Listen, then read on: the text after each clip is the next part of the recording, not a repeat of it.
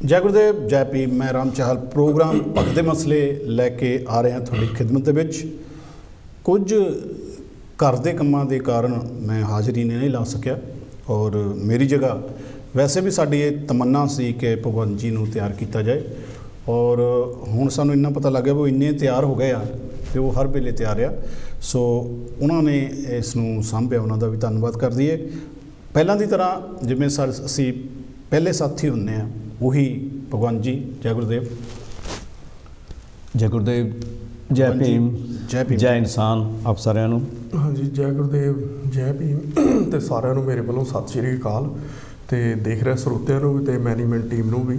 फिर ਆਪਾਂ ਇੱਕ ਵਾਰੀ ਫੇਰ ਭਗਤ ਦੇ ਮਸਲਿਆਂ ਦੇ ਵਿੱਚ ਜੁੜੇ ਆ ਆਪਣੇ ਚਾਹਲ ਜੀ बहुत 4-5-6 मतलब 6 ਵੀਕਾਂ ਤੋਂ ਬਾਅਦ। ਸੋ ਹੋਪਫੁਲੀ ਆਪਾਂ ਇਹ ਸਾਰਾ ਪ੍ਰੋਗਰਾਮ ਫੇਰ ਇੱਕ ਵਾਰੀ ਫੇਰ ਵਧੀਆ ਕਰਾਂਗੇ ਜੀ। ਪਿਆਰੇ ਦਰਸ਼ਕੋ, ਬਹੁਤ ਸਾਰੇ ਇੰਡੀਵਿਜੂਅਲ ਦੋਸਤਾਂ ਦੇ ਫੋਨ ਆਉਂਦੇ ਸੀ ਕਿ ਤੁਸੀਂ ਕਿਉਂ ਨਹੀਂ ਜਾਂਦੇ, ਕੀ ਗੱਲ ਅਸੀਂ ਫੋਨ ਕਰਦੇ। ਮੈਂ ਬਹੁਤ ਵਾਰੀ ਉਹਨਾਂ ਨੂੰ ਬਾਰ-ਬਾਰ ਕਹਿਣਾ ਪੈਂਦਾ ਸੀ ਕਿ ਕੁਛ ਘਰ ਦੇ ਕੰਮ ਚੱਲ ਰਹੇ ਨੇ, ਘਰ ਬਣ ਰਿਹਾ ਆ, ਇਸ ਕਰਕੇ ਇੰਨਾ ਕੁ ਹੈ ਹੀ ਨਹੀਂ, ਗੁੰਜਾਇਸ਼ ਹੀ ਨਹੀਂ ਹੈ ਕਿ ਉਹ ਟਾਈਮ ਕੱਢਿਆ ਜਾਏ। ਸੋ ਇੱਕ ਦੋ ਘਰ ਦੇ ਨਾਲ ਇੱਕ ਹੋਰ ਐਕਸਟੈਂਸ਼ਨ ਸ਼ੁਰੂ ਕੀਤੀ ਸੀ, ਤਾਂ ਕਰਕੇ ਮੈਂ ਨਹੀਂ ਸੀ ਆ ਸਕਦਾ। ਬਹੁਤ ਸਾਰੇ ਕਹਿੰਦੇ ਸੀ ਕਿ ਸ਼ਾਇਦ ਤੁਹਾਨੂੰ ਕੱਢ ਦਿੱਤਾ। मैं कहा नहीं इदा की कोई गल नहीं, जिस दिन कढ़ दिता उस दिन भी तुहानूं दस देंगे भी कारण भी होएगे कढ़े होने के, और दस के जावांगे भी असीं अगली वीक नहीं आना। पर नहीं, उन्हां जिहड़े साडा ये प्रोग्राम आ भगत दे मसले, जो साडे साथी इन्हां दा जे सारिआं दा ये प्रोग्राम आ, ਇਹਦੇ ਵਿੱਚ ਅਸੀਂ ਹਰ ਵਾਰ ਇਹ ਕਹਿੰਦੇ ਕਿ ਸਾਡਾ ਧਰਮ ਨਾਲ ਕੋਈ ਲੈਣਾ ਦੇਣਾ ਨਹੀਂ। ਅਸੀਂ ਸਾਰੇ ਚਾਰੇ ਪੰਜੇ ਧਰਮ, ਜੋ 6 ਧਰਮ ਦੁਨੀਆ 'ਤੇ ਮਸ਼ਹੂਰ ਨੇ, ਉਹਦਾ 250 ਰਜਿਸਟਰਡ ਹੈ, ਉਹ 6 ਧਰਮਾਂ ਦੀ ਅਸੀਂ ਰਿਸਪੈਕਟ ਕਰਦੇ ਹਾਂ। ਜਿੰਨੀਆਂ ਕਾਸਟਿਜ਼ਮ ਖੜੀਆਂ ਉਹਨਾਂ ਸਾਰੀਆਂ ਦੇ ਅਸੀਂ ਨਾਲ ਆ। ਪਰ ਜਿਹੜਾ ਕੋਈ ਗਲਤੀ ਕਰੇਗਾ, ਚਾਹੇ ਰਵੀਦਾਸੀਆ ਹੋਵੇ, ਚਾਹੇ ਉਹ ਵਾਲਮੀਕ ਸਮਾਜ 'ਚੋਂ ਹੋਵੇ, ਚਾਹੇ ਉਹ ਜੱਟ ਬਰਾਦਰੀ 'ਚੋਂ, ਕਿਸੇ ਤਰ੍ਹਾਂ ਦਾ ਵੀ ਕੋਈ ਵੀ ਬੇਇਨਸਾਫੀ ਕਰੇਗਾ ਤਾਂ ਅਸੀਂ ਇਸ ਟੇਬਲ ਦੇ ਉੱਤੇ ਸੱਚੇ ਮਨ ਨਾਲ ਉਹਦੀ ਨਿਖੇਧੀ ਕਰਾਂਗੇ। ਸੋ ਆਓ ਚੱਲਦੇ ਹਾਂ ਪ੍ਰੋਗਰਾਮ ਦੀ ਤਰਫ। ਭਗਤ ਦੇ ਮਸਲੇ ਦੇ ਵਿੱਚ ਸਭ ਤੋਂ ਪਹਿਲਾਂ ਪਿਆਰੇ ਦਰਸ਼ਕੋ ਕਿ ਸੁਖਪਾਲ ਖਹਿਰਾ, ਬੜੀ ਅਜੀਬ ਜਿਹੀ ਗੱਲ ਹੈ। ਅਸੀਂ ਇਹ ਸੁਣਦੇ ਹੁੰਦੇ ਸੀ ਵੀ ਇਹ ਬਰਸਾਤੀ ਡੱਡੂ ਹੁੰਦੇ ਆ, ਜਦੋਂ ਇਲੈਕਸ਼ਨ ਆਉਣੇ ਹੁੰਦੇ ਇਹਨਾਂ ਨੇ ਛਾਲਾਂ ਮਾਰਨੀਆਂ ਹੁੰਦੀਆਂ, ਕੋਈ ਇੱਧਰ ਚਲੇ ਜਾਂਦਾ ਕੋਈ। ਲੇਕਿਨ ਇਸ ਪੱਧਰ 'ਤੇ ਸੁਖਪਾਲ ਖਹਿਰਾ ਨੂੰ ਜਿਸ ਪੱਧਰ 'ਤੇ ਪੰਜਾਬ ਦੇ ਲੋਕਾਂ ਨੇ ਲੈ ਕੇ ਆਂਦਾ, ਖਾਸ ਕਰਕੇ ਵਿਦੇਸ਼ਾਂ ਦੇ ਵਿੱਚ ਬੈਠੇ ਜਿਹੜੇ ਲੋਕ ਆ ਉਹ ਲੈ ਕੇ ਆਏ।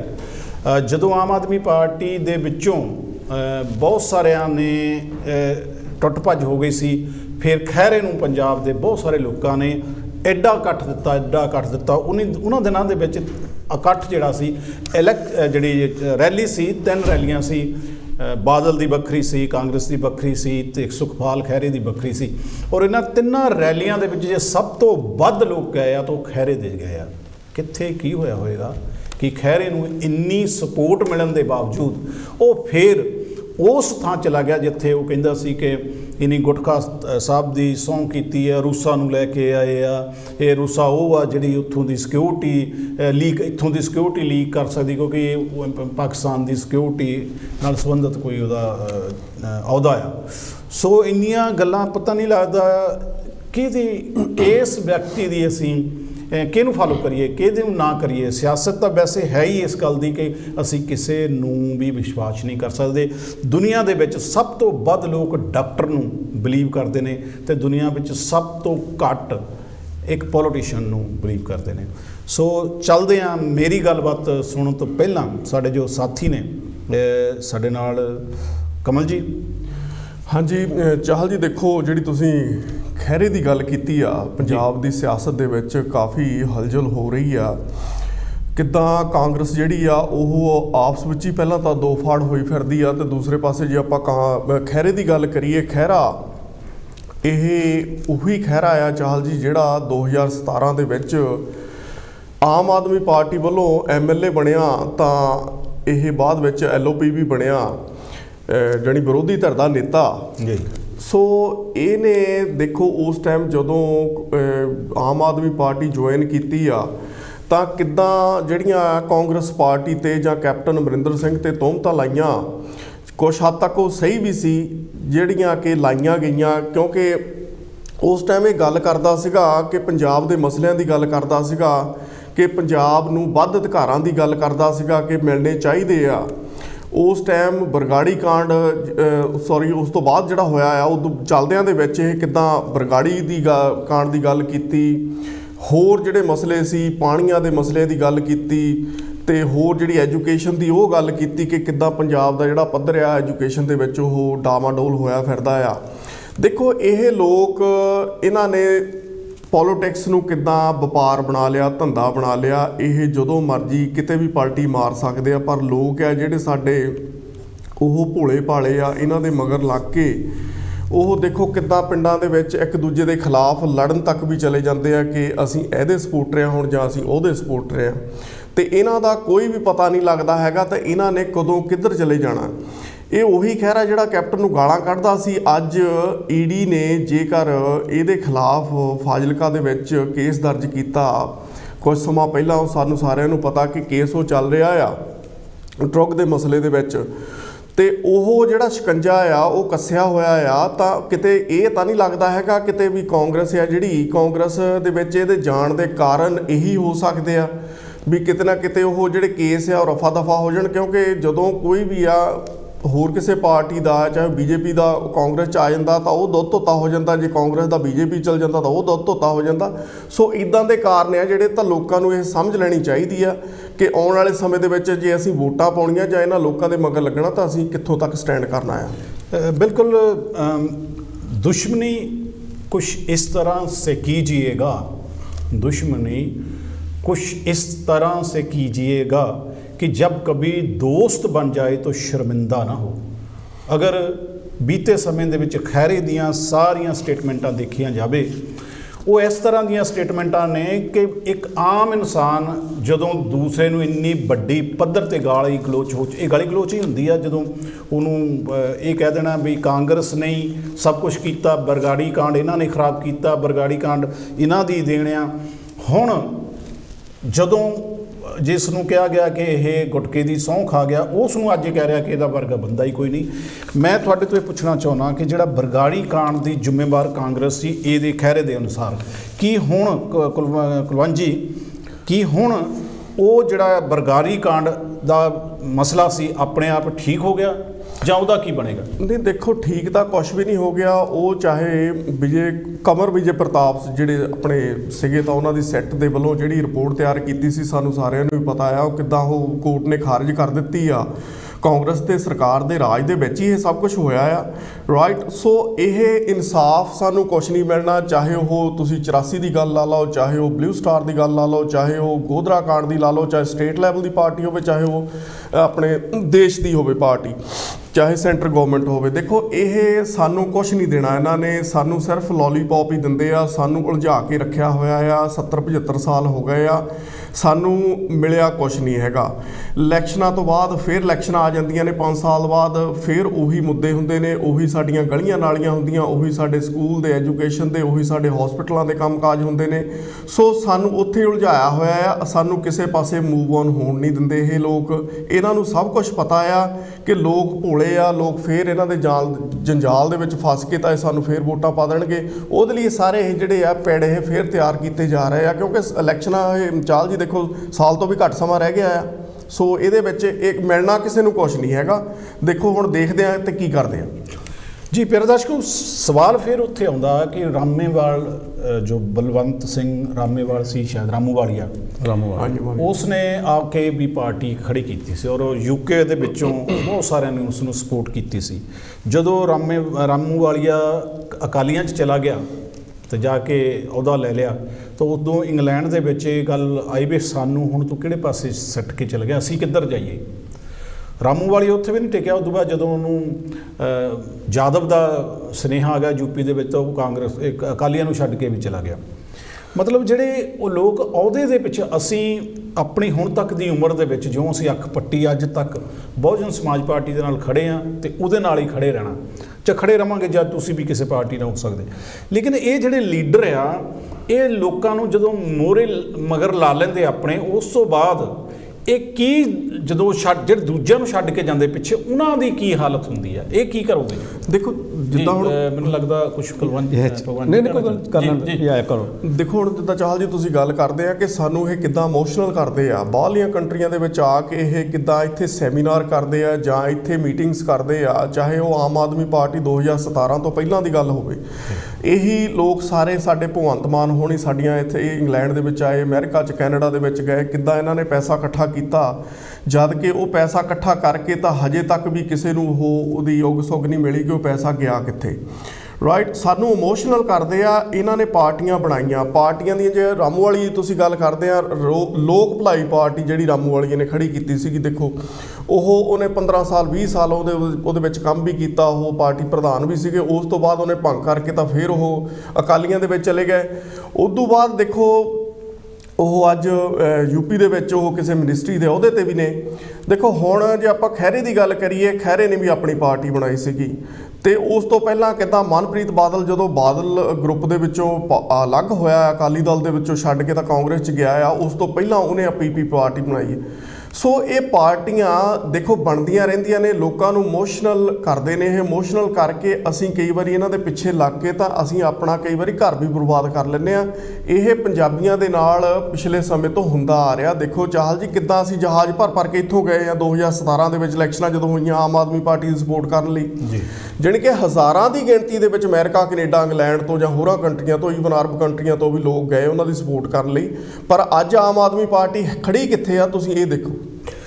ਹਾਂ ਬਿਲਕੁਲ, ਸਵਾਲ ਫਿਰ ਉੱਥੇ ਖੜਾ ਆ ਕੁਲਵੰਤ ਜੀ ਕਿ ਸ਼ਾਇਦ ਕੈਰੋ ਦੀ ਗੱਲ ਹੈ ਕਿ ਜਦੋਂ ਕੈਰੋ ਨੇ ਪਾਰਟੀ ਬਦਲੀ ਕਾਂਗਰਸ ਤੋਂ, ਮੈਨੂੰ ਲੱਗਦਾ ਅਕਾਲੀਆਂ 'ਚ ਗਿਆ, ਮੈਨੂੰ ਥੋੜ੍ਹਾ ਜਿਹਾ ਯਾਦ ਆ, ਤਾਂ ਉਹ ਕਾਂਗਰਸ ਨੇ ਕਿਹਾ ਸੀ ਵੀ ਠੀਕ ਆ ਹੁਣ ਚਲਾ ਗਿਆ, ਸਾਡੀ ਪੱਗ ਤਾਂ ਮੋੜ ਜਾ। ਪੱਗ ਦਾ ਮਤਲਬ ਵੀ ਅਕਾਲੀਆਂ ਦੀ ਪੱਗ ਦਾ ਰੰਗ ਹੋ ਰਿਹਾ, ਕਾਂਗਰਸ ਵਾਲਿਆਂ ਦੀ ਪੱਗ ਦਾ ਰੰਗ ਹੋ ਰਿਹਾ। ਅੱਛਾ ਸਰ, ਪੱਗਾਂ ਦੇ ਰੰਗ ਆ ਵਿੱਚੋਂ ਕਦੀ ਅਸੀਂ ਉੱਧਰ ਜਾਂਦੇ ਹਾਂ, ਕਦੀ ਉੱਧਰ ਜਾਂਦੇ ਹਾਂ।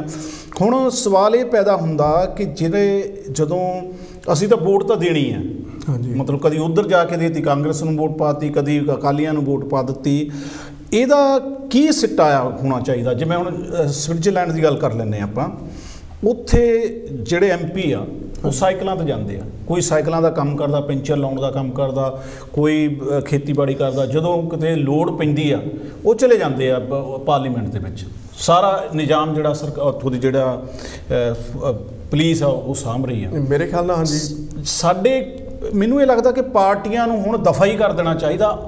ਜਿਹੜਾ ਆਜ਼ਾਦ ਬੰਦਾ ਹਰ ਏਰੀਏ ਤੋਂ ਆਜ਼ਾਦ ਖੜੇ ਤਾਂ ਕਿ ਕਿਸੇ ਨਾ ਕਿਸੇ ਪਾਸੇ ਇਹ ਲੱਗ ਸਕੇ, ਨਹੀਂ ਤਾਂ ਆ ਕੋਈ ਗੱਲ ਸਮਝ ਨਹੀਂ ਆ ਰਹੀ, ਉਹਨਾਂ ਨੂੰ ਵਾਰ-ਵਾਰ ਵੋਟ ਪਾ ਰਹੇ ਹਾਂ। ਦੇਖੋ ਮੈਂ ਤਾਂ ਇੱਥੋਂ ਤੱਕ ਵੀ ਮੇਰੇ ਖਿਆਲ ਆ, ਮੇਰਾ ਮੰਨਣਾ ਇਹ ਆ ਵੀ ਦੇਖੋ ਮੈਨੀਫੈਸਟੋ ਜਾਰੀ ਹੁੰਦੇ ਆ ਪੂਰੇ ਭਾਰਤ ਦੇ ਵਿੱਚ ਜਦੋਂ ਪਾਰਟੀਆਂ ਇਲੈਕਸ਼ਨ ਦੇ ਵਿੱਚ ਆਉਂਦੀਆਂ। ਹੁਣ ਤਾਂ ਜਿਹੜੀ ਲੋਕਾਂ ਨੂੰ ਇੱਥੋਂ ਤੱਕ ਕਹਿ ਦੇਣਾ ਚਾਹੀਦਾ ਵੀ ਅਸੀਂ ਆਪਣੇ ਪਿੰਡਾਂ ਸ਼ਹਿਰਾਂ ਦੇ ਵਿੱਚ ਆਪਣੇ ਮੈਨੀਫੈਸਟੋ ਤਿਆਰ ਕਰਾਂਗੇ, ਤਾਂ ਅਸੀਂ ਇਹਨਾਂ ਨੂੰ ਦੇਵਾਂਗੇ ਕਿ ਮੈਨੀਫੈਸਟੋ ਹੁੰਦਾ ਕੀ ਆ, ਜੇ ਤੁਸੀਂ ਸਾਡੇ ਆਹ ਕੰਮ ਕਰੋਗੇ ਤਾਂ ਅਸੀਂ ਤੁਹਾਨੂੰ ਵੋਟ ਪਾਵਾਂਗੇ, ਅਦਰਵਾਈਜ਼ ਸਾਡੇ ਪਿੰਡ ਦੇ ਵਿੱਚ ਵੜਨ ਦੀ ਤੁਹਾਨੂੰ ਕੋਈ ਜ਼ਰੂਰਤ ਨਹੀਂ ਹੈਗੀ। ਸੋ ਜਿਹੜੀ ਤੁਸੀਂ ਗੱਲ ਕਰਦੇ ਆ ਕਿ ਸਵਿਟਜ਼ਰਲੈਂਡ ਦੀ ਗੱਲ ਕਰਦੇ ਆ ਜਾਂ ਇਹਨਾਂ ਕੰਟਰੀਆਂ ਦੀ ਗੱਲ ਕਰਦੇ ਆ, ਮੈਂ ਕਹਿੰਦਾ ਭਗਵੰਤ ਸਿੰਘ ਜੀ ਉਹਨਾਂ ਦੇ ਬਾਰੇ। ਅੱਛਾ ਚਲੋ ਇੱਕ ਹੋਰ ਕਮਰਸ਼ੀਅਲ ਗੱਲ ਵੀ ਥੋੜ੍ਹੀ ਜਿਹੀ ਕਰ ਜਾਈਏ। ਸਵਿਟਜ਼ਰਲੈਂਡ ਆਪਾਂ ਗਏ ਸੀ, ਭਗਵੰਤ ਜੀ ਵੀ, ਤੁਸੀਂ ਵੀ। ਹਾਂਜੀ। ਤਾਂ ਪਿਆਰੇ ਦਰਸ਼ਕੋ, ਦੁਬਾਰਾ ਅਸੀਂ ਆਪਣੇ ਟੂਰ ਵੀ ਸ਼ੁਰੂ ਕਰ ਦਿੱਤੇ ਆ ਸਵਿਟਜ਼ਰਲੈਂਡ ਦੇ। ਹੋਰ ਵੀ ਜੇਕਰ ਕਿਸੇ ਨੂੰ ਜ਼ਰੂਰਤ ਹੋਵੇ ਤਾਂ ਸਾਡੇ ਨਾਲ ਗੱਲ ਕਰ ਸਕਦਾ। ਬਾਕੀ ਇਸ ਦੀ ਐਡਵਰਟਾਈਜ਼ਮੈਂਟ ਵੀ ਕਾਂਸ਼ੀ TV ਤੇ ਛੇਤੀ ਸ਼ੁਰੂ ਹੋ ਰਹੀ ਆ ਜੀ। ਹਾਂਜੀ, ਅਸਲ ਦੇ ਵਿੱਚ ਜਿਹੜੀ ਨਾ ਮੇਨ ਜਿਹੜੀ ਚੀਜ਼ ਹੈ, ਦੇਖੋ ਵਿਚਾਰਾਂ ਦਾ ਵਟਾਂਦਰਾ, ਵਿਚਾਰ ਆਦਮੀ ਦੇ ਚੇਂਜ ਹੁੰਦੇ ਰਹਿੰਦੇ ਆ, ਹਮੇਸ਼ਾ ਹੁੰਦੇ ਰਹਿੰਦੇ ਆ, ਅਤੇ ਪਾਰਟੀ ਇੱਧਰੋਂ ਜੰਪ ਕਰਕੇ ਉੱਧਰੋਂ ਚੱਲਣਾ, ਪੈਸੇ ਦੇਖ ਕੇ, ਅਹੁਦੇ ਦੇਖ ਕੇ, ਇਹ ਟੋਟਲੀ ਗਲਤ ਹੈਗਾ। ਜਿਹੜਾ ਕਿ ਸਾਡੀ ਇੰਡੀਆ ਦੀ ਪੋਲੀਟਿਕਸ ਆ ਉਹ ਇਸ ਟਾਈਮ ਇੱਕ ਧੰਦਾ ਆ। ਕੋਈ ਜਿਹੜਾ ਅਸਲ ਦੇ ਵਿੱਚ ਜਿਹੜੀ ਰਾਜਨੀਤੀ ਆ, ਪੋਲੀਟਿਕਸ ਸੀ, ਉਹ ਇੱਕ ਵੋਲੰਟਰੀ ਕੰਮ ਸੀ, ਲੋਕ ਸੇਵਾ ਸੀ। ਪਰ ਅੱਜ ਜਿਹੜਾ ਇੰਡੀਆ ਆ ਉਹਦੇ ਵਿੱਚ ਜਿਹੜੀ ਪੋਲੀਟਿਕਸ ਆ ਇੱਕ ਧੰਦਾ ਬਣ ਗਿਆ, ਬਿਜ਼ਨਸ ਬਣ ਗਿਆ। ਸਭ ਤੋਂ ਬਿਜ਼ਨਸ ਵੀ ਇਸ ਤਰ੍ਹਾਂ ਦਾ ਕਿ ਸਭ ਤੋਂ ਟੌਪ, ਅਤੇ ਤੁਸੀਂ ਕੁਝ ਕੁ ਸਾਲਾਂ ਦੇ ਵਿੱਚ ਅਰਬਾਂਪਤੀ ਬਣ ਸਕਦੇ ਹੋ, ਅਤੇ ਉਹ ਆਪਣੇ ਬੱਚਿਆਂ ਦਾ, ਆਪਣੇ ਆਉਣ ਵਾਲੀ ਜਨਰੇਸ਼ਨਾਂ ਦਾ ਪੈਸਾ ਬਚਾ ਸਕਦੇ ਹੋ। ਇਹ ਕਾਰਨ ਅਸਲ ਦੇ ਵਿੱਚ ਹੈਗਾ, ਜਿਹੜੀ ਸਾਨੂੰ ਗੱਲ ਸਮਝਣੀ ਚਾਹੀਦੀ ਆ ਕਿ ਜਿਹੜਾ ਰਾਜਨੀਤੀ ਆ, ਜਿਹੜੀ ਪੋਲੀਟਿਕਸ ਆ, ਇੱਕ ਲੋਕ ਸੇਵਾ ਆ, ਲੋਕ ਸੇਵਾ ਚਾਹੀਦੀ ਆ, ਅਤੇ ਜਿਹੜੇ ਲੋਕਾਂ ਨੇ ਪ੍ਰੋਫੈਸ਼ਨ ਉਹਨਾਂ ਨੂੰ ਚੁੱਕਣਾ ਚਾਹੀਦਾ। ਹੁਣ ਜਿੱਦਾਂ ਆਪਾਂ ਗੱਲਾਂ ਕਰਦੇ, ਇੱਕ UP ਦੇ ਵਿੱਚ ਇੱਕ ਕਾਂਗਰਸੀ 2 ਵਾਰ ਕਾਂਗਰਸ ਦੇ ਵਿੱਚ ਮਿਨਿਸਟਰ ਆ, ਉਹ ਜਾ ਕੇ ਹੁਣ ਭਾਜਪਾ 'ਚ ਚਲਾ ਗਿਆ। ਇਹਨਾਂ ਲੋਕਾਂ ਦਾ ਕੀ ਕਰੈਕਟਰ ਹੋਊਗਾ? ਤੇ ਮੈਂ ਇਹ ਨਹੀਂ ਕਹਿੰਦਾ ਵੀ ਕਾਂਗਰਸ ਪਾਰਟੀ ਬਹੁਤ ਵਧੀਆ ਪਾਰਟੀ ਆ, ਪਰ ਨਹੀਂ ਇਹਨਾਂ ਲੋਕਾਂ ਦਾ ਕਰੈਕਟਰ ਕੋਈ ਨਹੀਂਗਾ, ਇਹਨਾਂ ਲੋਕਾਂ ਨੂੰ ਤੁਹਾਨੂੰ ਬੁੱਧੂ ਸਮਝਦੇ ਨੇ। ਤੇ ਐਸੇ ਗੱਲ ਤੋਂ ਹੁਣ ਆਪਾਂ ਗੱਲ ਕੀਤੀ ਹੈ ਵੀ ਇਹਨਾਂ ਲੋਕ ਜਿਹੜੇ ਇੱਥੇ ਦੇ ਪੋਲੀਟੀਸ਼ੀਅਨ ਉਹਨਾਂ ਦੀ ਤੁਸੀਂ ਦੇਖ ਸਕਦੇ ਹੋ, ਤੁਸੀਂ ਦੇਖ ਖਬਰਾਂ ਦੇਖੀਆਂ ਹੁਣ ਅੱਜ ਜਾਂ ਕੱਲ੍ਹ ਦੇ ਵਿੱਚ ਇੱਥੇ ਦਾ ਜਿਹੜਾ ਹੈਲਥ ਸੈਕਟਰੀ ਹੈ ਹੈਨੋਕ, ਉਹ ਘਰੋਂ ਝੋਲਾ ਚੱਕ ਕੇ ਨਿਕਲਦਾ ਤੇ ਗੱਡੀ 'ਚ ਬਹਿ ਕੇ ਚਲਾ ਜਾਂਦਾ, ਕੋਈ ਉਹਨਾਂ ਨੂੰ ਸਿਕਿਉਰਿਟੀ ਨਹੀਂ, ਕੋਈ ਉਹਨੂੰ ਸਲਾਮ ਕਰਨ ਵਾਲਾ ਕੋਈ ਕੁਛ ਨਹੀਂ। ਪਰ ਇੰਡੀਆ ਦਾ ਇੱਕ ਟੁੱਟਿਆ ਜਿਹਾ, ਮੈਂ ਲਫ਼ਜ਼ ਯੂਜ਼ ਕਰੂੰਗਾ, ਟੁੱਟਿਆ ਜਿਹਾ ਮਿਨਿਸਟਰ ਜਿਹਨੂੰ ਕੋਈ ਪਤਾ ਨਹੀਂ, ਉਹ ਐਜੂਕੇਸ਼ਨ ਮਿਨਿਸਟਰ ਹੈਗਾ ਪਰ ਤੀਸਰੀ ਫੇਲ ਆ, ਉਸ ਦੇ ਲਈ 6-6 7-7 20 ਤੱਕ ਬੋਡੀਗਾਰਡ ਰੱਖੇ ਨੇ ਜਿਹਨਾਂ ਦਾ ਕਰੋੜਾਂ ਦਾ ਖਰਚਾ ਬਣ ਜਾਂਦਾ ਸਾਲ ਦਾ, ਉਹ ਸਾਡੇ ਸਿਰ ਪੈਂਦਾ। ਸੋ ਦੋਸਤੋ ਇਹ ਗੱਲ ਆ ਵੀ ਜਿਹੜੀ ਸਾਨੂੰ ਇਹ ਸੋਚਣਾ ਪੈਣਾ ਵੀ ਜਦ ਤੱਕ ਜਿੱਦਾਂ ਕੁਲਵੰਤ ਜੀ ਨੇ ਕਿਹਾ ਆ, ਜਾਂ ਅਸੀਂ ਪਹਿਲਾਂ ਕਹਿੰਦੇ ਆ ਵੀ ਜਦ ਤੱਕ ਤੁਸੀਂ ਉੱਠ ਕੇ ਪੋਲਿਟਿਕਸ ਦੇ ਵਿੱਚ ਹਿੱਸਾ ਨਹੀਂ ਲੈਂਦੇ ਬਰਾਬਰ ਦਾ, ਤੁਸੀਂ ਧਿਆਨ ਨਹੀਂ ਦਿੰਦੇ, ਤੁਸੀਂ ਉਹ ਬੋਤਲਾਂ ਦੇ ਵਿੱਚੋਂ, ਉਹ ਡਰੱਗਸ ਦੇ ਵਿੱਚ ਜਿਹੜੇ ਤੁਹਾਨੂੰ ਮਾੜੀ ਮੋਟੀ ਫੀਮ ਦੇ ਜਾਂਦੇ, ਜੇ ਕੋਈ ਹੋਰ ਚੀਜ਼ ਦੇ ਦਿੰਦੇ ਨੇ, ਉਹਨਾਂ ਦੇ ਪਿੱਛੋਂ ਹਟ ਕੇ ਤੁਸੀਂ ਜਾਂ ਸਾਡੇ ਮਹੱਲੇ ਦਾ ਲਾਟੂ ਚੇਂਜ ਕਰਨ ਵਾਲਾ, ਸਾਡਾ ਨਾਲੀਆਂ ਪੱਕੀਆਂ ਕਰਨ ਵਾਲੀਆਂ, ਇਹਨਾਂ ਗੱਲਾਂ ਤੋਂ ਉੱਠ ਕੇ ਆਓ। ਇਹ ਤਾਂ ਗੱਲਾਂ ਕੁਛ ਨਹੀਂ ਹੈ ਕਿ ਤੁਹਾਨੂੰ ਉੱਠੇ ਆਪ ਮਿਨਿਸਟਰ ਬਣਨ ਦੀ ਸੋਚੋ, ਤੁਸੀਂ ਆਪ ਗੌਰਮੈਂਟ ਨੂੰ ਚਲਾਉਣ ਦੀ ਸੋਚੋ, ਤਾਂ ਜਾ ਕੇ ਗੱਲ ਬਣਨੀ ਆ। ਨਹੀਂ ਤਾਂ ਇਹਨਾਂ ਲੋਕਾਂ ਨੇ ਕਦੇ ਆਪ ਦੇ ਵਿੱਚ ਤੇ ਕਦੇ ਕਾਂਗਰਸ ਵਿੱਚ, ਕਦੇ ਕਾਂਗਰਸ ਤੋਂ ਆਪ ਦੇ ਵਿੱਚ ਤੇ ਅਕਾਲੀ, ਇਹ ਸਾਰੇ ਇੱਕੋ ਜਿਹੜੀ ਪੰਸਰੀ ਦੇ ਡੱਡੂ ਨੇ, ਇਹ ਕਦੇ ਵੀ ਇਕੱਠੇ ਨਹੀਂ ਹੋਣੇ। ਇਹਨਾਂ ਦੇ ਜਿਹੜੇ ਹਿੱਤ ਨੇ ਉਹ ਸਿਰਫ ਪੈਸਾ ਆ, ਪੈਸਾ ਆ, ਪੈਸਾ ਆ। ਸਾਨੂੰ ਇਹ ਸੋਚਣਾ ਪਊਗਾ। ਤੇ ਜਿੱਦਾਂ ਹੁਣ ਕਿਸਾਨ ਯੂਨੀਅਨ ਜਿਹੜੇ ਮੁੜ ਕੇ ਉੱਥੇ ਗੱਲ ਜਾਂਦੀ ਆ, ਆਪਣੇ ਕੁਲਵੰਤ ਜੀ ਨੇ ਗੱਲ ਕੀਤੀ ਆ, ਜਿਹੜੀ ਇੱਕ ਪਿੰਡਾਂ ਦੇ ਵਿੱਚ ਉਹਨਾਂ ਨੇ ਕਿਸਾਨ ਜਥੇਬੰਦੀਆਂ ਨੇ ਨੌਜਵਾਨ ਸਭਾ ਬਣਾਈਆਂ ਨੇ, ਤੇ ਉਹਨਾਂ ਦੇ ਨਾਲ ਉਹ ਕਿਸ ਤਰ੍ਹਾਂ ਕੰਮ ਕਰਨਾ ਉਹ ਦੱਸਣਗੇ ਜੀ। ਪਿਆਰੇ ਦਰਸ਼ਕੋ, ਕਿਉਂਕਿ ਸੁਖਪਾਲ ਖਹਿਰੇ ਦੇ ਮੈਂ ਨਹੀਂ ਪੂਰੀ ਜੀ ਹੋਲਡ ਕਰਨਾ ਜੀ। ਪਿਆਰੇ ਦਰਸ਼ਕੋ, ਮੈਂ ਨਹੀਂ, ਫੇਸਬੁੱਕ 'ਤੇ ਜਾਂ ਹੋਰ ਬਹੁਤ ਸਾਰੇ ਸੋਸ਼ਲ ਮੀਡੀਆ 'ਤੇ ਸੁਖਪਾਲ ਖਹਿਰੇ ਨੂੰ, ਕਿਉਂਕਿ ਪੰਜਾਬੀ ਆ ਨਾ ਅਸੀਂ, ਜਦੋਂ ਪਾਉਨੇ ਤੇ ਲੱਖ ਦੀ ਪਾਉਨੇ, ਲੱਖ ਦੀ ਲਾਹਨਤ ਪਾਈ ਜਾ ਰਹੀ ਹੈ। ਮੈਂ ਨਹੀਂ ਪਾ ਰਿਹਾ, ਸੋਸ਼ਲ ਮੀਡੀਆ 'ਤੇ ਇਸ ਵੇਲੇ ਖਹਿਰੇ ਨੂੰ ਲੱਖ ਦੀ ਲਾਹਨਤ ਪਾਈ ਜਾ ਰਹੀ ਆ। ਸੋ ਇਹਨਾਂ ਨੂੰ ਕੋਈ ਨਹੀਂ ਹੁੰਦਾ, ਇਹਨਾਂ ਨੂੰ ਮੈਂ 2 ਲੱਖ ਦੀ ਕਰ ਦਿੰਦਾ ਜੀ, ਆਪਣੇ ਚਾਹਲ ਜੀ ਲੱਖਾਂ ਦੀ ਇਹਨਾਂ ਕੋਲੋਂ ਵੀ ਆ ਗਈ। ਸੋ ਪਿਆਰੇ ਦਰਸ਼ਕੋ, ਇਹ ਜੋ ਖਹਿਰੇ ਦੀ ਗੱਲ ਹੈ, ਅਸੀਂ ਉਹਨਾਂ ਨੂੰ ਜਿਹੜੇ ਇੱਥੇ ਦੇ ਸਾਡੇ ਨਾਲ ਉਦੋਂ ਗੱਲ ਕਰਦੇ ਹੁੰਦੇ ਸੀ, ਨਹੀਂ ਜੀ ਅਸੀਂ ਹੁਣ ਖਹਿਰੇ ਦੇ ਨਾਲ, ਖਹਿਰੇ ਦੇ, ਅੱਜ ਉਹਨਾਂ ਤੇ ਮਨਾਂ ਤੇ ਕੀ ਬੀਤੀ ਹੋਏਗੀ, ਆਓ ਦੇਖਦੇ ਇੱਕ ਕਾਲ ਕੀ ਕਹਿ ਰਹੇ ਜੀ। ਜੈ ਗੁਰਦੇਵ, ਜੈ ਭੀਮ ਜੀ। ਹਾਂਜੀ ਭਾਜੀ, ਮੈਂ ਸਾਡਾ ਸਿਟੀ ਤੋਂ ਅਹਿਮਦ ਬੋਲਦਾ। ਮੈਂ ਭਾਜੀ ਤੁਹਾਡੀ ਗੱਲ ਸੁਣੀ ਜੀ। ਅੱਛਾ ਭਾਜੀ, ਹਾਲ ਸਾਡੇ ਪਾਕਿਸਤਾਨ 'ਚ ਵੀ ਇਹ ਹੀ ਆ, ਇਹ ਜਿਹੜੇ ਮੈਂਬਰ ਬਣਦੇ ਨੇ ਜੀ, ਪਹਿਲਾਂ ਤਾਂ ਇਹ ਆਵਾਮ 'ਚ ਹੀ ਫਿਰਦੇ ਰਹਿੰਦੇ ਆ, ਤੇ ਜਿੱਦਾਂ ਹੀ ਇਹ ਇਲੈਕਟ ਹੁੰਦੇ ਆ ਤੇ 10-10 ਗੱਡੀਆਂ ਅੱਗੇ ਤੇ 10-10 ਪਿੱਛੇ ਤੇ ਧੌਣ 'ਚ ਆ ਜਾਂਦਾ ਇਹਦੇ ਸਰੀਆ। ਅੱਛਾ ਜੀ, ਬੰਦੇ ਨੂੰ ਫਿਰ ਬੰਦਾ ਇਹਨਾਂ ਨੇ ਕੀ ਸਮਝਣਾ, ਫਿਰ ਥੱਲਿਓਂ ਛੱਡ ਕੇ ਜ਼ਮੀਨ ਤੇ ਉਤਲੀ ਹਵਾ 'ਚ ਉੱਡਣ ਲੱਗ ਪੈਂਦੇ। ਅਸਲ 'ਚ ਗੱਲ ਸਾਰੀ ਇਹ ਹੀ ਆ, ਹਾਲ ਸਾਡੇ ਵੀ ਉੱਧਰ ਇਹੀ ਆ, ਹਾਲ ਤੁਹਾਡੇ ਇੰਡੀਆ 'ਚ ਵੀ ਇਹੀ ਆ। ਅਸੀਂ ਇੱਧਰ ਨਾਲ ਜਦੋਂ ਕੰਪੇਅਰ ਕਰਦੇ ਵੀ ਯਾਰ ਦੇਖ ਲਓ ਕਿੱਦਾਂ ਉੱਠ ਕੇ ਇਹਨਾਂ ਦੇ ਮਿਨਿਸਟਰ ਵਗੈਰਾ ਜਾਂਦੇ ਘਰਾਂ 'ਚੋਂ ਤੇ ਕੰਮ ਕਰਦੇ ਆ, ਤੇ ਸਾਡੇ ਉੱਥੇ ਨਿਕਲਦੇ ਆ ਪੈਸਾ ਬਣਾਉਣ ਲਈ, ਕਰੋੜਾਂ ਲੱਖਾਂ ਖਰਚੇ ਹੁੰਦੇ ਆ। ਬਸ ਮੈਂ ਤਾਂ ਤੁਹਾਡੀ ਗੱਲ ਸੁਣੀ ਭਾਜੀ ਦੀ, ਬੜੀ ਵਧੀਆ ਗੱਲ ਹੈ। ਤੁਹਾਡੇ ਨਵਾਜ਼ ਸ਼ਰੀਫ ਤੇ ਸ਼ਹਿਬਾਜ਼ ਸ਼ਰੀਫ ਜਿਹੜੇ ਆ, ਉਹ ਅਰਬਾਂ 'ਚ ਜਾਂਦੇ ਆ ਭਾਜੀ, ਛੱਡ ਗਾਓ ਦਿਓ, ਅਰਬਾਂ 'ਚ ਲੁੱਟਿਆ ਉਹਨਾਂ ਨੇ। ਅੱਛਾ, ਦੁੱਖ ਤਾਂ ਉਹਨੂੰ ਇਹੀ ਮਾਰਦਾ ਵੀ ਯਾਰ ਸਾਡੇ ਕਾਰੋਬਾਰ ਬਿਜ਼ਨਸ ਬੰਦ ਹੋ ਗਏ ਆ, ਯਾਨੀ ਹੋ ਜਾਣੇ ਆ। ਅਸਲ 'ਚ ਉਹ ਲੋਕਾਂ ਦੀ ਸੇਵਾ ਕਰਨ ਲਈ ਤਾਂ ਨਹੀਂ ਇਲੈਕਟ ਹੋਣਾ ਚਾਹੁੰਦੇ। ਮੈਂ ਇੱਕ ਸਵਾਲ ਤੁਹਾਨੂੰ ਪੁੱਛਣਾ ਚਾਹੁੰਦਾ, ਮੈਨੂੰ ਨਹੀਂ ਪਤਾ ਹੈ, ਸ਼ਾਇਦ ਤੁਸੀਂ ਜ਼ਿਆਦਾ ਜਾਣਦੇ, ਮੇਰੇ ਖਿਆਲ ਦੇ ਵਿੱਚ ਇਮਰਾਨ ਦੇ ਵੇਲੇ ਉਨੀ ਤਰੱਕੀ ਤਾਂ ਨਹੀਂ ਹੋਈ ਜਿੰਨੀ ਹੋਣੀ ਚਾਹੀਦੀ ਸੀ, ਪਰ ਮੈਨੂੰ ਇਹ ਮਹਿਸੂਸ ਹੋ ਰਿਹਾ ਕਿ ਉਹ ਰਿਸ਼ਵਤ ਜ਼ਰੂਰ ਰੁਕੀ ਆ। ਕੀ ਇਹ ਸੱਚ ਆ ਜਾਂ ਝੂਠ ਆ? ਨਹੀਂ ਨਹੀਂ ਨਹੀਂ ਨਹੀਂ, ਬਿਲਕੁਲ ਨਹੀਂ ਰੁਕੀ, ਬਲਕਿ ਵੱਧ ਗਈ ਆ। ਪੁੱਛੋ ਕਿਉਂ ਜੀ। ਇਮਰਾਨ ਬੰਦਾ ਖੁਦ ਓਨੈਸਟ ਆ ਜੀ, ਮਗਰ ਜਿਹੜਾ ਟੋਲਾ ਉਹਦੇ ਨਾਲ ਰਲਿਆ ਜੀ, ਕਰੋੜਾਂ ਲਾ ਕੇ ਆਇਆ ਜੀ। ਅੱਛਾ, ਹੁਣ ਇਮਰਾਨ ਨੂੰ ਉਹਨਾਂ ਦੀ ਕਾਣ ਆ, ਸਮਝ ਆਈ ਨਾ ਜੀ। ਅੱਛਾ, ਉਹ ਰਿਸ਼ਵਤ ਦਾ ਤਾਂ ਭਾਜੀ ਉੱਥੇ ਹੁਣ ਇਹ ਹਾਲ ਆ ਨਾ, ਮੇਰੀ ਗੱਲ ਹੁੰਦੀ ਰਹਿੰਦੀ ਆ ਐਵਰੀ ਡੇ, ਰਿਸ਼ਵਤ ਦਾ ਭਾਜੀ ਇਹ ਹਾਲ ਆ ਮਹਿਕਮਿਆਂ 'ਚ, ਬਈ ਛੱਡ ਗਾ ਦਿਓ, ਦੌੜ ਲੱਗੀ ਆ, ਰੇਸ ਲੱਗੀ ਆ, ਔਰ ਬਹੁਤ ਜ਼ਿਆਦਾ ਕਰਪਸ਼ਨ ਵੱਧ ਗਈ ਜੀ ਉੱਥੇ ਜੀ। ਪਰ ਮੈਂ ਤਾਂ ਭਾਜੀ ਥੈਂਕ ਯੂ ਵੈਰੀ ਮਚ ਜੀ, ਨਾਈਸ, ਮਿਹਰਬਾਨੀ ਜੀ ਭਾਜੀ, ਓਕੇ, ਬਹੁਤ ਮਿਹਰਬਾਨੀ। ਸੋ ਪਿਆਰੇ ਦਰਸ਼ਕੋ, ਅੱਜ ਅਸੀਂ ਇੰਨੇ ਕਈ ਇਹ ਗੱਲ ਕਰਾਂਗੇ ਇਹਨਾਂ ਬਾਰੇ, ਖਹਿਰੇ ਬਾਰੇ। ਪਿਆਰੇ ਦਰਸ਼ਕੋ, ਕਿਸਾਨੀ ਮਸਲਾ ਚੱਲ ਰਿਹਾ ਔਰ ਬਹੁਤ ਸਾਰੇ ਇਹੋ ਜਿਹੇ ਵਿਊ ਆਏ ਹੈਗੇ ਕਿ ਕਿਸਾਨਾਂ ਦੇ ਨਾਲ ਮਜ਼ਦੂਰਾਂ ਦੀ ਏਕਤਾ ਵੀ ਹੋਣੀ ਚਾਹੀਦੀ, ਹੋਣੀ ਵੀ ਚਾਹੀਦੀ, ਇਹਦੇ ਵਿੱਚ ਕੋਈ ਦੋ ਰਾਮਾ ਨਹੀਂ ਹੈ। ਲੇਕਿਨ ਜਿਹੜੀ ਸਰਕਾਰ ਦੇ ਖਿਲਾਫ ਕਿਸਾਨ ਜਿਹੜਾ ਉਹ ਇਸ ਕਰਕੇ ਲੜ ਰਿਹਾ ਕਿ ਸਾਡੇ ਨਾਲ ਬੇਇਨਸਾਫੀ ਹੋ ਰਹੀ ਹੈ। ਆ ਜੋ ਨਵਾਂ ਇੱਕ ਮਸਲਾ ਆਇਆ, ਕਿਸਾਨ ਜਿਹੜੇ ਆ ਮਜ਼ਦੂਰਾਂ ਨੂੰ ਪਿੰਡ ਦੀਆਂ ਪੰਚਾਇਤਾਂ ਦੇ ਵਿੱਚ ਇੱਕ ਲਿਮਟਿਡ ਸੀਮਤ ਪੇਮੈਂਟ ਜਿਹੜੀ ਦੇ ਰਹੇ ਆ ਵੀ ਅਸੀਂ ਝੋਨੇ ਦਾ ਰੇਟ ਮੰਨ ਲਓ 2500 ਦੇਣਾ, ਜਦ ਕਿ ਝੋਨੇ ਦਾ ਰੇਟ ਮਜ਼ਦੂਰ ਨੂੰ 3000 ਦੇਣਾ ਪੈਣਾ ਖੇਤ ਦਾ। ਹੁਣ ਇਹ ਜਿਹੜੀਆਂ ਪੰਚਾਇਤਾਂ ਨੇ ਫੈਸਲੇ ਕਰ ਲਏ ਆ, ਕਿ ਇਹ ਸੱਚੇ ਆ, ਇਹ ਸਹੀ ਗੱਲਾਂ ਨੇ? ਭਗਵੰਤ ਜੀ ਕੀ ਕਹੋਗੇ? ਦੇਖੋ ਚਾਲ ਜੀ, ਵੀ ਜਿਹੜੀ ਇਹ 2500 ਰੁਪਈਆ ਲਿਮਿਟ ਫਿਕਸ ਕੀਤੀ ਹੈ, ਇੱਕ ਦੋ ਪੰਚਾਇਤਾਂ ਨੇ ਕੀਤੀ ਹੈ ਜਿੱਥੇ ਮੈਨੂੰ ਪਤਾ ਜੀ, ਬਈ ਇਹ ਉਹਦੇ ਨਾਲ ਜਿਹੜੇ ਉੱਥੇ ਦੇ ਮਜ਼ਦੂਰ ਆ, ਖੇਤ ਮਜ਼ਦੂਰ ਨੇ, ਸਾਡੇ ਦਲਿਤ ਭਰਾ ਨੇ, ਉਹ ਬਿਲਕੁਲ ਸਹਿਮਤ ਨਹੀਂ ਹੈਗੇ, ਕਿਉਂਕਿ ਉਹਨਾਂ ਨੇ ਇੱਕ ਤਾਂ ਉਹਨਾਂ ਨਾਲ ਬਿਲਕੁਲ ਗੱਲ ਨਹੀਂ ਕੀਤੀ ਉਹਨਾਂ ਨੇ ਜੀ। ਤੇ ਉਹ ਜਿਹੜੀ ਘੱਟੋ ਘੱਟ ਉਹ ਕਹਿੰਦੇ ਵੀ ਘੱਟ ਤੋਂ ਘੱਟ ਵੀ ਜੇ ਨਾ ਸਾਨੂੰ ਪੁੱਗਦੀ ਆ ਤਾਂ 3500 ਘੱਟ ਪੁੱਗਦੀ ਨਹੀਂ ਹੈਗੀ। ਕਿੱਲਾ ਕਿੱਡਾ ਹੁੰਦਾ, 5 ਏਕੜ ਤੇ ਬਹੁਤ ਵੱਡਾ ਆ। ਤੇ ਉਹ ਧਾਨ ਲਾਉਣਾ ਸਾਰੀ ਫੈਮਿਲੀ ਰੱਖ ਕੇ ਲਾਉਂਦੀ ਆ, ਤੇ ਜੇ ਉਹਨਾਂ ਨੂੰ ਸ਼ਾਮ ਨੂੰ ਦਿਹਾੜੀ ਨਾ ਬਣੀ ਤਾਂ ਬਹੁਤ ਮਾੜੀ ਗੱਲ ਹੈਗੀ ਆ। ਇਹਦੇ ਲਈ ਜਿਹੜੇ ਉੱਥੇ ਕਿਸਾਨ ਯੂਨੀਅਨਸ ਨੇ ਜਾਂ ਆਪਣੀਆਂ ਖੇਤ ਮਜ਼ਦੂਰ ਯੂਨੀਅਨ ਨੇ, ਉਹ ਤਾਂ ਰਲ ਕੇ ਚੱਲਦੀਆਂ ਪਈਆਂ ਇੱਕ ਦੂਸਰੇ ਨੂੰ, ਉਹ ਬਹੁਤ ਚੰਗੀ ਤਰ੍ਹਾਂ ਅੰਡਰਸਟੈਂਡ ਕਰਦੀਆਂ।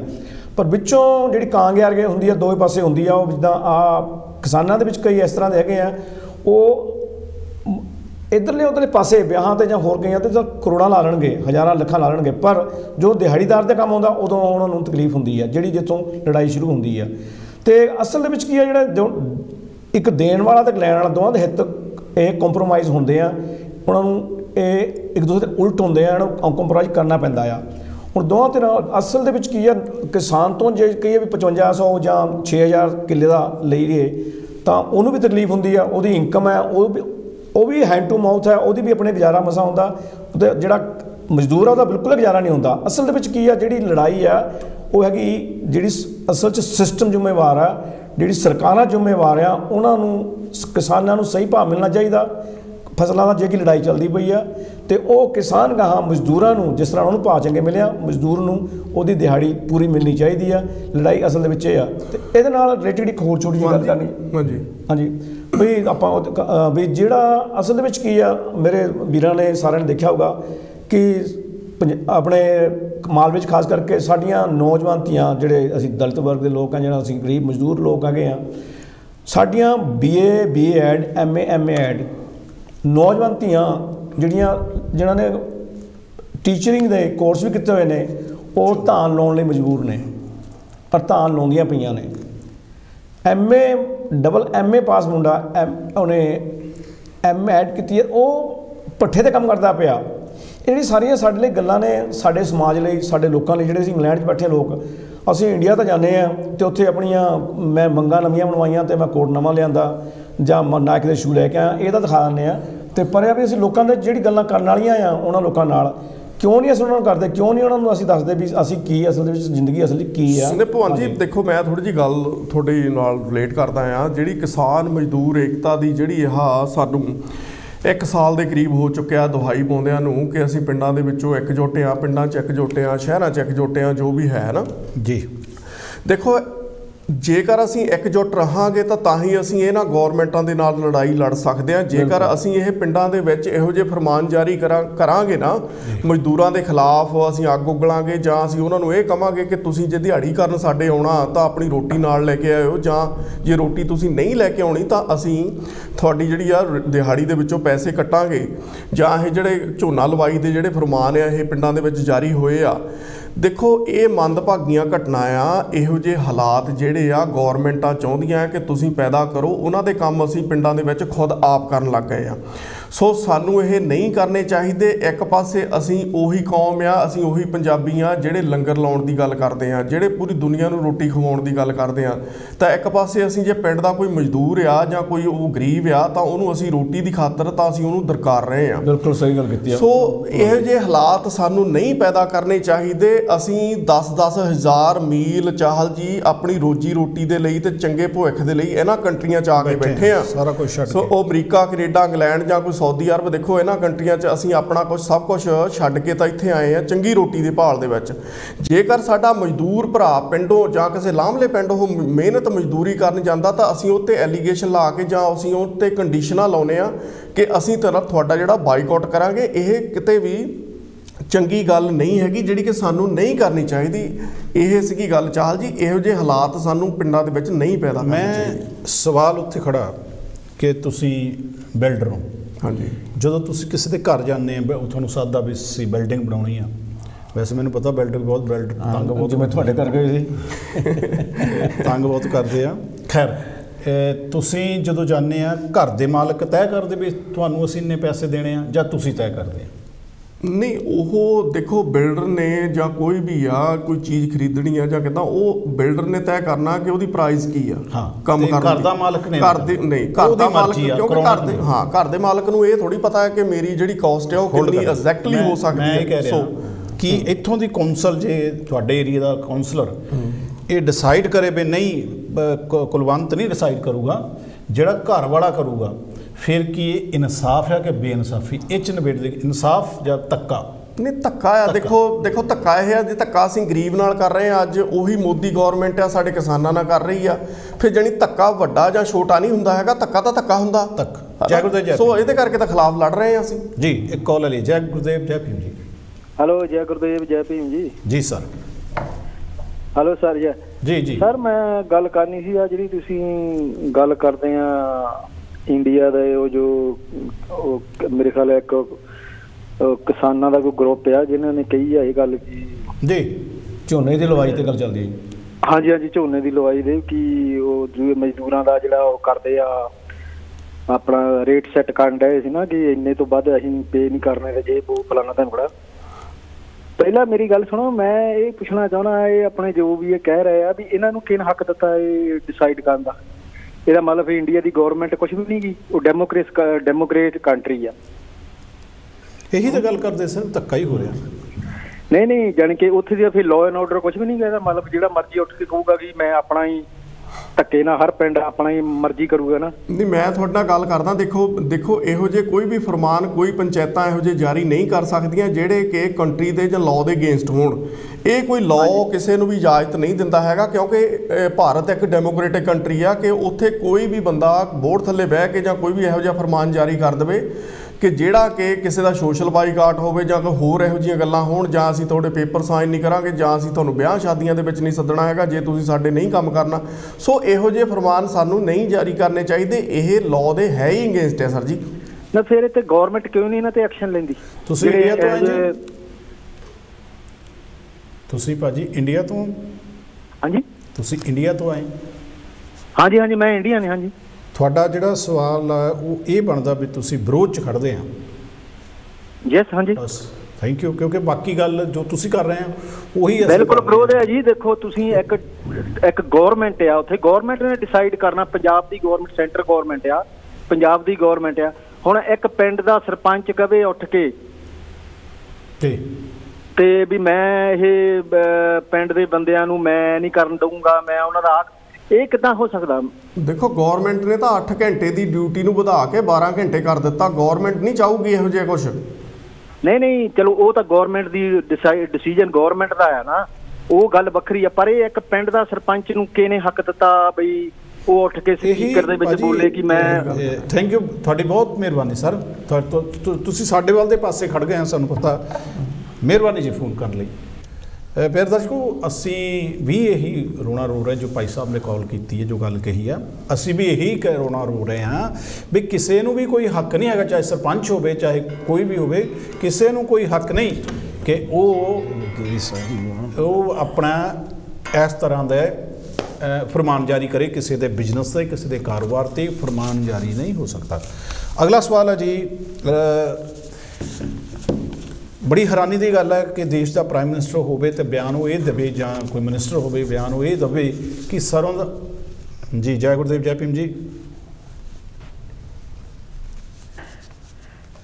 ਜੈ ਭੀਮ ਜੀ। ਜੈ ਭੀਮ ਜੀ। ਜੈ ਭੀਮ, ਨਾਮੋ ਬੁੱਧਾ, ਜੈ ਗੁਰਦੇਵ, ਜੈ ਭਾਰਤ। ਜੀ ਜੀ। ਪਹਿਲੇ ਤਾਂ ਮੈਂ ਤੁਹਾਨੂੰ ਤਿੰਨਾਂ ਨੂੰ ਪ੍ਰਣਾਮ ਕਰਦੀ ਹਾਂ ਤੇ ਚੌਥਾ ਕਰਦੀ ਕਾਂਤੀ ਟੈਲੀਵਿਜ਼ਨ ਨੂੰ। ਜੀ। ਮੇਰੀ ਧਿਆਨ ਨਾਲ ਗੱਲ ਸੁਣਿਓ ਤੁਸੀਂ। ਮੈਂ ਇੱਥੇ 1958 ਦੀ ਆਈ ਹਾਂ ਇੰਗਲੈਂਡ ਵਿੱਚ। ਜੀ। ਮੈਂ ਦੇਖੋ, ਜੇ ਗਵਰਨਮੈਂਟ ਇੱਥੇ ਦੀ ਗਰੀਬਾਂ ਦਾ ਅਮੀਰਾਂ ਦਾ ਇੱਕੋ ਜਿਹਾ ਸੋਚਦੀ ਆ ਤਾਂ ਇੰਡੀਆ ਦੇ ਕਿਉਂ ਨਹੀਂ ਸੋਚਦੇ? ਉਹ ਜਿਹੜੇ ਵਿਚਾਰੇ ਗਰੀਬ ਆ ਉਹਨਾਂ ਨੂੰ ਰੋਟੀ ਵੀ ਨਹੀਂ ਦਿੰਦੇ, ਉਹਨਾਂ ਦਾ ਲਹੂ ਪੀਂਦੇ ਆ, ਉਹਨਾਂ ਨੇ ਵੀ ਤਾਂ ਰੱਬ ਕੋਲ ਜਾਣਾ ਹੀ ਆ ਨਾ। ਜੇ ਇਨਸਾਫ ਦੇਣ ਤਾਂ ਇੰਡੀਆ ਦੇ ਵਿੱਚ ਲੜਾਈ ਨਾ ਹੋਵੇ। ਮੈਂ ਤੁਹਾਡੇ ਮੂਹਰੇ ਹੱਥ ਜੋੜਦੀ, ਇਕੱਠੇ ਹੋ ਕੇ ਕੁਝ ਕਰੋ ਕਿ ਆਪਾਂ ਲੜਾਈ ਵੀ ਨਾ ਕਰੀਏ ਤੇ ਆਪਣਾ ਦੇਸ਼ ਵੀ ਸਮਝੀਏ, ਆਪਾਂ ਭਾਰਤ ਦੀ ਰੇਖਾ ਵੀ ਕਰੀਏ ਕਿ ਇੱਥੇ ਇਨਸਾਫ ਚਾਹੀਦਾ ਬੇਟਾ। ਥੈਂਕ ਯੂ ਜੀ। ਅਸਲ 'ਚ ਬੀਬੀ ਜੀ ਬਹੁਤ ਮਿਹਰਬਾਨੀ। ਗੱਲ ਫਿਰ ਉੱਥੇ ਆ, ਕੋਈ ਸਵਾਲ ਦਾ ਮਤਲਬ ਆਪਣਾ ਆਪਸ ਦੇ ਵਿੱਚ ਹੀ ਜਵਾਬ ਆ। ਮੈਂ ਗੱਲ ਕਰ ਰਿਹਾ ਕਿ ਪ੍ਰਾਈਮ ਮਿਨਿਸਟਰ ਜਾਂ ਕੋਈ ਬੜਾ ਮਿਨਿਸਟਰ ਇਹ ਕਹੇ ਕਿ 70 ਰੁਪਏ ਵਾਲਾ ਤੇਲ 200 ਇਸ ਕਰਕੇ ਹੋ ਗਿਆ ਕਿਉਂਕਿ 200 ਰੁਪਏ ਹੋਰ ਆਉਣ ਲੱਗ ਪਿਆ। ਮੋਦੀ ਸਰਕਾਰ ਜਦੋਂ ਆਈ ਆ, ਜੋ ਹੁਣ ਭਾਰਤ ਸਰਕਾਰ ਹੋਣਾ ਵੀ ਤੇਲ ਸਰੋਂ ਦਾ 200 ਰੁਪਏ ਇਸ ਕਰਕੇ ਹੋ ਗਿਆ ਕਿਉਂਕਿ ਤੇਲ ਹੁਣ ਸ਼ੁੱਧ ਆ, ਪਹਿਲਾਂ ਅਸ਼ੁੱਧ ਸੀ, ਮਿਲਾਵਟ ਸੀ। ਤੁਰੰਤ ਹੀ ਨਾਮ ਰਾਮਦੇਵ ਬਾਬੇ ਦੀ ਉਹ ਜਿਹੜੀ ਆ ਐਲੋਪੈਥੀ ਤੇ ਟਿੱਪਣੀਆਂ ਕਰਨ ਵਾਲੇ ਵਿਅਕਤੀ ਦੀ ਜਾਣੀ ਬਾਬਾ ਨਾਮਦੇਵ ਦੀ ਤੇਲ ਵਾਲੀ ਸਰੋਂ ਦੇ ਤੇਲ ਵਾਲੀ ਜਿਹੜੀ ਫੈਕਟਰੀ ਆ ਉਹ ਸੀਲ ਹੁੰਦੀ ਆ। ਉੱਤੇ ਮੈਂ ਗੱਲ ਕਰਾਂ ਉਸ ਤੋਂ ਪਹਿਲਾਂ ਇੱਕ ਕਾਲ ਲੈ ਲਾਂ। ਜੈ ਗੁਰਦੇਵ ਗਿਆਪਨ ਜੀ। ਹਾਂਜੀ ਭਾਈ ਸਾਹਿਬ ਜੀ, ਤੁਹਾਨੂੰ ਤਿੰਨਾਂ ਵੀਰਾਂ ਨੂੰ, ਤੁਹਾਡੇ ਸਟਾਫ ਨੂੰ, ਤੁਹਾਡੇ ਦਰਸ਼ਕਾਂ ਨੂੰ ਗੁਰਦੇਵ ਸਿੰਘ ਭੋਗਲ ਵੱਲੋਂ ਆਦਾਬ, ਨਮਸਕਾਰ, ਸਤਿ ਸ੍ਰੀ ਅਕਾਲ ਤੇ ਜੈ ਗੁਰਦੇਵ ਜੀ। ਸਾਰਾ ਕੁਝ ਠੀਕ ਹੈ। ਸਤਿ ਸ੍ਰੀ ਅਕਾਲ ਜੀ। ਹਾਂਜੀ ਠੀਕ ਹੈ ਜੀ। ਮੈਂ ਜੀ ਮੈਂ ਤਾਂ ਸੁਣ ਰਿਹਾ ਸੀ ਤੁਹਾਡਾ ਪ੍ਰੋਗਰਾਮ ਜੀ, ਡਿਸਕਸ਼ਨ ਹੋ ਰਿਹਾ ਪੋਲਿਟਿਕਸ, ਬਿਲਕੁਲ ਬਹੁਤ ਵਧੀਆ, ਬਹੁਤ ਸ਼ਾਨਦਾਰ ਪ੍ਰੋਗਰਾਮ ਜਾ ਰਿਹਾ, ਕੋਈ ਇਹਦੇ ਵਿੱਚ ਕੋਈ ਸ਼ੱਕ ਨਹੀਂ, ਕੋਈ ਦੋ ਰਾਮਾ ਨਹੀਂ ਜੀ। ਪਰ ਭਾਈ ਸਾਹਿਬ ਨੇ ਜਿਹੜੇ ਵਿਚਕਾਰ ਬੈਠੇ ਨੇ, ਮੈਂ ਨਾਂ ਨਹੀਂ ਯਾਦ, ਤੇ ਇਹਨਾਂ ਨੇ ਕਿਹਾ ਸੀ ਵੀ ਉੱਥੇ ਡੈਮੋਕ੍ਰੇਸੀ ਆ, ਵੀ ਲੋਕ ਰਾਜ ਆ, ਪਰ ਮੈਂ ਟੈਲੀਫੋਨ ਕੀਤਾ ਵੀ ਇਹ ਕਹਿਣ ਵਾਸਤੇ ਡੈਮੋਕ੍ਰੇਸੀ ਆ, ਕਹਿਣ ਵਾਸਤੇ ਲੋਕ ਰਾਜ, ਲੇਕਿਨ ਅਮਲੀ ਤੌਰ ਤੇ ਉਹ ਉੱਥੇ ਹੈ ਨਹੀਂ। ਮਿਹਰਬਾਨੀ ਜੀ। ਬਿਲਕੁਲ ਹੈ ਨਾ ਜੀ, ਕਿਉਂਕਿ ਜਿਹੜਾ ਲੋਕ ਰਾਜ ਹੁੰਦਾ, ਤੁਸੀਂ ਤਿੰਨੇ ਸੂਝਵਾਨ ਸੱਜਣ ਹੋ, ਜਿਹੜਾ ਲੋਕ ਰਾਜ ਹੁੰਦਾ ਉਹਦੀ ਡੈਫੀਨੇਸ਼ਨ ਜਿਹੜੀ ਇੰਟਰਨੈਸ਼ਨਲੀ ਡੈਫੀਨੇਸ਼ਨ ਬਣੀ ਹੋਈ ਨਾ, ਉਹ ਇਹ ਆ ਵੀ ਲੋਕ ਰਾਜ ਦਾ ਮਤਲਬ ਹੁੰਦਾ ਵੀ ਲੋਕਾਂ ਦਾ ਰਾਜ, ਲੋਕਾਂ ਵੱਲੋਂ ਰਾਜ, ਲੋਕਾਂ ਵਾਸਤੇ ਰਾਜ ਜੀ। ਤੇ ਡੈਮੋਕ੍ਰੇਸੀ ਦੀ ਜਿਹੜੀ ਡੈਫੀਨੇਸ਼ਨ ਉਹ ਵੀ ਇਦਾਂ ਆਉਂਦੀ ਹੈ, government of the people, by the people, for the people ਜੀ। ਤੇ ਉੱਥੇ ਜਿਹੜਾ ਲੋਕ ਰਾਜ ਆ ਜਾਂ ਲੋਕਤੰਤਰ ਆ, ਉਹ ਤਾਂ ਜਿਹੜੇ ਉੱਪਰ 10% ਵੱਡੇ ਵੱਡੇ ਬੈਠੇ, ਜਿਹੜੇ ਤੁਸੀਂ ਪਹਿਲਾਂ ਗੱਲਾਂ ਕਰ ਹਟੇ ਆ, ਜਿਹੜੇ ਅੱਜ MLA ਬਣਦੇ ਤੇ ਅਗਲੇ ਸਾਲ 2-3 ਕੋਠੀਆਂ ਆਉਂਦੀਆਂ, 2-3 ਉਹਨਾਂ ਦੇ ਹੋਟਲ ਬਣੇ ਹੁੰਦੇ ਨੇ ਜੀ। ਤੇ ਇਹ ਤੇ ਲੋਕ ਰਾਜ ਨੇ ਨਾ ਹੋਇਆ ਫਿਰ। ਬਿਲਕੁਲ ਠੀਕ ਜੀ। ਹੈ ਨਾ ਜੀ। ਮੈਂ ਤਾਂ ਕਹਿਣਾ ਵੀ ਜੇ ਉੱਥੇ ਭਾਈ ਸਾਹਿਬ ਜੀ, ਮੈਂ ਇਹ ਕਹਿਣਾ ਚਾਹੁੰਦਾ, ਦਰਅਸਲ ਮੁੱਖ ਦੀ ਗੱਲ ਜੇ ਉੱਥੇ ਸੱਚੀ ਮੁੱਚੀ ਲੋਕ ਰਾਜ ਹੁੰਦਾ, ਲੋਕਤੰਤਰ ਹੁੰਦਾ ਜਾਂ ਡੈਮੋਕ੍ਰੇਸੀ ਜਿਹਨੂੰ ਕਹਿੰਦੇ ਵੀ ਅੱਜ ਟਾਰਾ ਮਾਰਦੇ ਬਿਗੇਸਟ ਡੈਮੋਕ੍ਰੇਸੀ ਕਹਿੰਦੇ ਨੇ ਉਹ, ਪਰ ਜੇ ਸੱਚੀ ਮੁੱਚੀ ਇਹ ਕੁਝ ਹੁੰਦਾ ਨਾ ਉੱਥੇ ਤਾਂ ਮੁਲਕ ਦਾ ਆ ਹਾਲ ਹੋਣਾ ਹੀ ਨਹੀਂ ਸੀ। ਤੁਸੀਂ ਵੀ ਜਿਹੜਾ ਫੈਸਲਾ ਆ ਮਜ਼ਦੂਰਾਂ ਨੂੰ ਇਹ ਅਸੀਂ ਲੱਖ ਦੀ ਲਾਹਨਤ ਪਾਉਣੇ, ਤੁਸੀਂ ਵੀ ਲਾਹਨਤ ਪਾਉਨੇ ਹੋ ਜਾਂ? ਹਾਂਜੀ, ਜਿਹੜਾ ਮਜ਼ਦੂਰਾਂ ਤੇ ਇਹ ਫੈਸਲਾ ਲਿਆ ਜਾ ਰਿਹਾ ਆ, ਇਹ ਤੁਸੀਂ ਵੀ ਲਾਹਨਤ ਪਾਉਨੇ ਹੋ? ਕਿਹੜੀ ਚੀਜ਼ ਨੂੰ? ਜਿਹੜੇ ਤੇ ਤੁਸੀਂ ਗੱਲ ਕਰ ਰਹੇ ਹੋ? ਮੈਂ ਤਾਂ ਲਾਹਨਤ ਵਾਲੀ ਗੱਲ ਹੀ ਆ ਨਾ ਜੀ, ਹੋਰ ਕੀ ਹੈ ਇਹ? ਥੈਂਕ ਯੂ ਜੀ। ਤੁਹਾਡੀ ਵੀ ਲਾਹਨਤ ਅਸੀਂ ਨੋਟ ਕਰ ਲਈ, ਤਾਂ ਅਸੀਂ ਲਾਹਨਤਾਂ ਨੋਟ ਕਰਾਂਗੇ। ਲੋਕ ਰਾਜ ਹੁੰਦਾ ਉੱਥੇ ਲੋਕਾਂ ਦੇ ਲਾਠੀ ਚਾਰਜ ਥੋੜੀ ਹੁੰਦਾ ਪੈਰ ਪੈਰ ਤੇ। ਬਿਲਕੁਲ ਜੀ, ਬਹੁਤ ਮਿਹਰਬਾਨੀ ਸਰ। ਲੋਕਾਂ ਦਾ ਲੋਕ ਰਾਜ ਤਾਂ ਉਹ ਹੁੰਦਾ ਜਿੱਥੇ ਲੋਕਾਂ ਦੀ ਗੱਲ ਸੁਣੀ ਜਾਵੇ। ਤੁਸੀਂ ਨਾ ਹੁਣ ਲੱਖ ਦੀ ਲਾਹਨਤ ਪਾ ਕੇ ਤੇ ਸਾਨੂੰ ਜੈ ਗੁਰਦੇਵ। ਬਿਲਕੁਲ ਗੱਲ ਤੋਰੇ ਭਾਈ ਸਾਹਿਬ ਜੀ, ਮੈਂ ਤੇ ਗੱਲ ਮੁਕਾਤੀ ਸੀਗੀ ਵੀ ਜੇ ਉੱਥੇ ਸੱਚੀ ਮੁੱਚੀ ਲੋਕ, ਮੈਂ ਫਿਰ ਰਿਪੀਟ ਕਰ ਦਿੰਦਾ, ਮੈਂ ਇਹ ਕਹਿਣਾ ਚਾਹੁੰਦਾ ਸੱਚੀ ਵੀ ਜੇ ਉੱਥੇ, ਕਿਉਂਕਿ ਸਾਡਾ ਉਸ ਧਰਤੀ ਨਾਲ ਮੋਹ ਆ, ਭਾਵੇਂ ਅਸੀਂ ਇੱਥੇ ਰਹਿੰਦੇ ਆ ਪਰ ਅਸੀਂ ਉੱਥੇ ਦੇ ਜੰਮੇ ਪਲੇ ਕਰਕੇ ਸਾਡਾ ਉਸ ਮਿੱਟੀ ਨਾਲ ਮੋਹ, ਜਿਹਨੂੰ ਕਹਿੰਦੇ ਪੰਜਾਬੀ 'ਚ ਸਾਡਾ ਮੋਹ, ਤਾਂ ਅਸੀਂ ਤਾਂ ਕਹਿੰਦੇ ਵੀ ਸਾਡਾ ਮੁਲਕ ਵਿਕਾਸ ਕਰੇ, ਖੁਸ਼ਹਾਲੀ ਹੋਵੇ ਉਸ ਮੁਲਕ ਦੇ ਵਿੱਚ, ਬਾਕੀ ਦੇ ਮੁਲਕਾਂ ਦੇ ਨਾਲ ਕਦਮ ਨਾਲ ਕਦਮ ਮਿਲਾਉਣ ਦੇ ਯੋਗ ਹੋਵੇ ਉਹ ਮੁਲਕ, ਅਸੀਂ ਤਾਂ ਚਾਹੁੰਦੇ ਆ। ਪਰ ਇਹ ਗੱਲ ਇਹ ਆ ਵੀ ਅਸੀਂ ਇਹ ਕਹਿੰਦੇ ਆ ਵੀ ਜੇ ਸੱਚੀ ਮੁੱਚੀ ਉੱਥੇ ਲੋਕ ਰਾਜ, ਜੇ ਲੋਕਤੰਤਰ ਹੁੰਦਾ ਤਾਂ ਮੁਲਕ ਦਾ ਆ ਹਾਲ ਨਹੀਂ ਸੀ ਹੋਣਾ। ਉੱਥੇ ਅਮਲੀ ਤੌਰ ਤੇ ਇਦਾਂ ਦਾ ਕੁਝ ਵੀ ਹੈ ਨਹੀਂ। ਬਿਲਕੁਲ ਜੀ, ਥੈਂਕ ਯੂ। ਆਪਣੇ ਯਕੀਨ ਹੈ ਕਿ ਹਾਂਜੀ, ਬਹੁਤ ਧੰਨਵਾਦ ਜੀ, ਬਹੁਤ ਮਿਹਰਬਾਨੀ ਜੀ। ਜੇਕਰ ਉੱਥੇ ਲੋਕ ਰਾਜ ਹੁੰਦਾ, ਮੈਂ ਵੀ ਇੱਥੇ ਨਾ ਹੁੰਦਾ, ਕੁਲਵੰਤ ਵੀ ਇੱਥੇ ਨਾ ਹੁੰਦਾ, ਭਗਵੰਤ ਵੀ ਇੱਥੇ ਨਾ ਹੁੰਦਾ, ਕਾਂਸ਼ੀ ਟੀ ਵੀ ਇੱਥੇ ਨਾ ਹੁੰਦਾ, ਅਸੀਂ ਕੋਈ ਵੀ ਨਾ ਇੱਥੇ ਹੁੰਦੇ। ਅਸੀਂ ਆਪੋ ਆਪਣੇ ਦੇਸ਼ ਦੇ ਵਿੱਚ, ਆਪੋ ਆਪਣੇ ਪਿੰਡਾਂ 'ਚ, ਆਪੋ ਆਪਣੇ ਘਰਾਂ 'ਚ ਉਸ ਮੌਸਮ ਦਾ ਨਿੱਘ ਮਾਣ ਰਹੇ ਹੁੰਦੇ ਜਿਸ ਮੌਸਮ ਦੇ ਸ਼ਾਇਦ ਅਸੀਂ ਲਈ ਬਣੇ ਵੀ ਨਾ ਹੋਈਏ। ਸੋ ਇਹ ਜਿਹੜੀਆਂ ਅਸੀਂ ਤੁਰੇ ਫਿਰਦੇ ਹਾਂ ਆ ਜੋ ਕਦੀ ਇੱਧਰ ਜਾਂਦੇ ਕੋਈ ਇੱਧਰ ਜਾਣਾ, ਅਮਰੀਕਾ ਆ ਕੇ ਵੀ ਅਸੀਂ ਖੁਸ਼ ਨਹੀਂ ਟਿਕ ਪਾ ਰਹੇ, ਇੰਗਲੈਂਡ ਆ ਕੇ ਵੀ ਅਸੀਂ ਖੁਸ਼ ਨਹੀਂ ਟਿਕ ਪਾ ਰਹੇ। ਸੋ ਇਹ ਚਾਹਲ ਜੀ ਮੈਂ ਤੁਹਾਨੂੰ ਕੈਲਕੂਲੇਟ ਕਰਦਾ ਮਾੜੀ ਜੀ ਸਕਿੰਟ ਦੇ ਵਿੱਚ ਵੀ ਡੈਮੋਕ੍ਰੇਸੀ ਦੇ ਨਾਂ ਤੇ ਜਿਹੜੀ ਨਾ ਲੁੱਟ ਅੱਜ ਮਨੁੱਖਤਾ ਦੀ ਹੋ ਰਹੀ ਆ, ਉਹ ਇਕੱਲੇ ਭਾਰਤ ਦੀ ਗੱਲ ਨਹੀਂ ਹੈਗੀ, ਉਹ ਪੂਰੇ ਵਰਲਡ ਦੀ ਆਪਾਂ ਗੱਲ ਕਰੀਏ ਕਿ ਇਸ ਮਨੁੱਖ ਨੂੰ ਕਿੱਦਾਂ ਕਾਰਪੋਰੇਟਾਂ ਦੇ ਹੱਥਾਂ ਦੇ ਵਿੱਚ ਦਿੱਤਾ ਜਾ ਰਿਹਾ, ਆਉਣ ਵਾਲੇ ਸਮੇਂ ਦੇ ਵਿੱਚ ਕਿੱਦਾਂ ਉਹਦੇ ਰਾਈਟ ਖੋਏ ਜਾ ਰਿਹਾ। ਡੈਮੋਕ੍ਰੇਸੀ ਦਾ ਸਿਰਫ ਜਿਹੜਾ ਤਖਤੀ ਆ ਨਾ ਉਹ ਕੰਟਰੀਆਂ ਨੇ, ਚਾਹੇ ਉਹ ਅਮਰੀਕਾ, ਕੈਨੇਡਾ, ਇੰਗਲੈਂਡ ਜਾਂ ਹੋਰ ਇਹ ਯੂਰਪ ਹੋਵੇ, ਚਾਹੇ ਉਹ ਅਰਬ ਕੰਟਰੀਆਂ ਦੇ ਵਿੱਚੋਂ ਥੋੜ੍ਹੀਆਂ ਕੰਟਰੀਆਂ ਹੋਣ ਜਿੱਥੇ ਡੈਮੋਕ੍ਰੇਸੀ ਦੀ ਗੱਲ ਆਪਾਂ ਕਰਦੇ ਹਾਂ, ਤਾਂ ਡੈਮੋਕ੍ਰੇਸੀ ਦਾ ਫੱਟਾ ਜਿਹੜਾ ਇਹ ਤਖਤੀ ਅਸੀਂ ਗਲ 'ਚ ਪਾਈ ਆ ਨਾ ਜੀ, ਇਹ ਮਨੁੱਖਤਾ ਦੇ ਘਾਣ ਦੀ ਨਿਸ਼ਾਨੀ ਆ। ਜਾਣੀ ਕਿ ਇਹਦੇ ਪਿੱਛੇ ਕੀ ਹੋ ਰਿਹਾ, ਪੋਲੀਟਿਕਸ ਕੀ ਕਰ ਰਹੀ ਆ, ਸਾਨੂੰ ਕਿਹਨਾਂ ਦੇ ਹੱਥਾਂ 'ਚ ਵੇਚ ਰਹੀ ਆ, ਇਹ ਸਾਨੂੰ ਸਮਝਣ ਦੀ ਲੋੜ ਆ। ਬਹੁਤ ਮਿਹਰਬਾਨੀ ਜੀ। ਇਸ ਗੱਲ ਨੂੰ ਇਸ ਤਰ੍ਹਾਂ ਨਿਬੇੜੀਏ ਕਿ ਹੁਕਮਰਾਂ ਲਿਆਈਏ ਕਿਹੜਾ, ਹੁਕਮਰਾਂ ਹਟਾਈਏ ਕਿਹੜਾ, ਇੱਕ ਬੇਦਰਦ ਜਾਏਗਾ ਦੂਜਾ ਬੇਦਰਦ ਆਏਗਾ। ਸੋ ਅਸੀਂ ਸਾਨੂੰ ਖੁਦ ਨੂੰ ਇੱਕ ਕਾਲ ਲੈ ਲਈਏ, ਅਤੇ ਕਾਲ ਤੋਂ ਬਾਅਦ ਮੈਂ ਬੇਨਤੀ ਕਰਾਂਗਾ ਕਿ ਜਿਹੜੀ ਇੱਕ ਤੁਹਾਨੂੰ ਅਸੀਂ ਬੜੀ ਨਵੇਂ ਤਰੀਕੇ ਦੀ ਗੱਲ ਦੱਸਣ ਲੱਗੇ ਹਾਂ ਵੀ ਤੇਲ ਦੀ, ਸਰੋਂ ਦੇ ਤੇਲ ਦੀ, ਅਤੇ ਆਉਣ ਵਾਲੀ ਜਿਹੜੀ ਕਾਰਪੋਰੇਸ਼ਨ ਸਾਡੇ ਜਿਹੜੀ ਕਾਰਪੋਰੇਟ ਆ ਉਹ ਕੀ ਕਰੇਗੀ।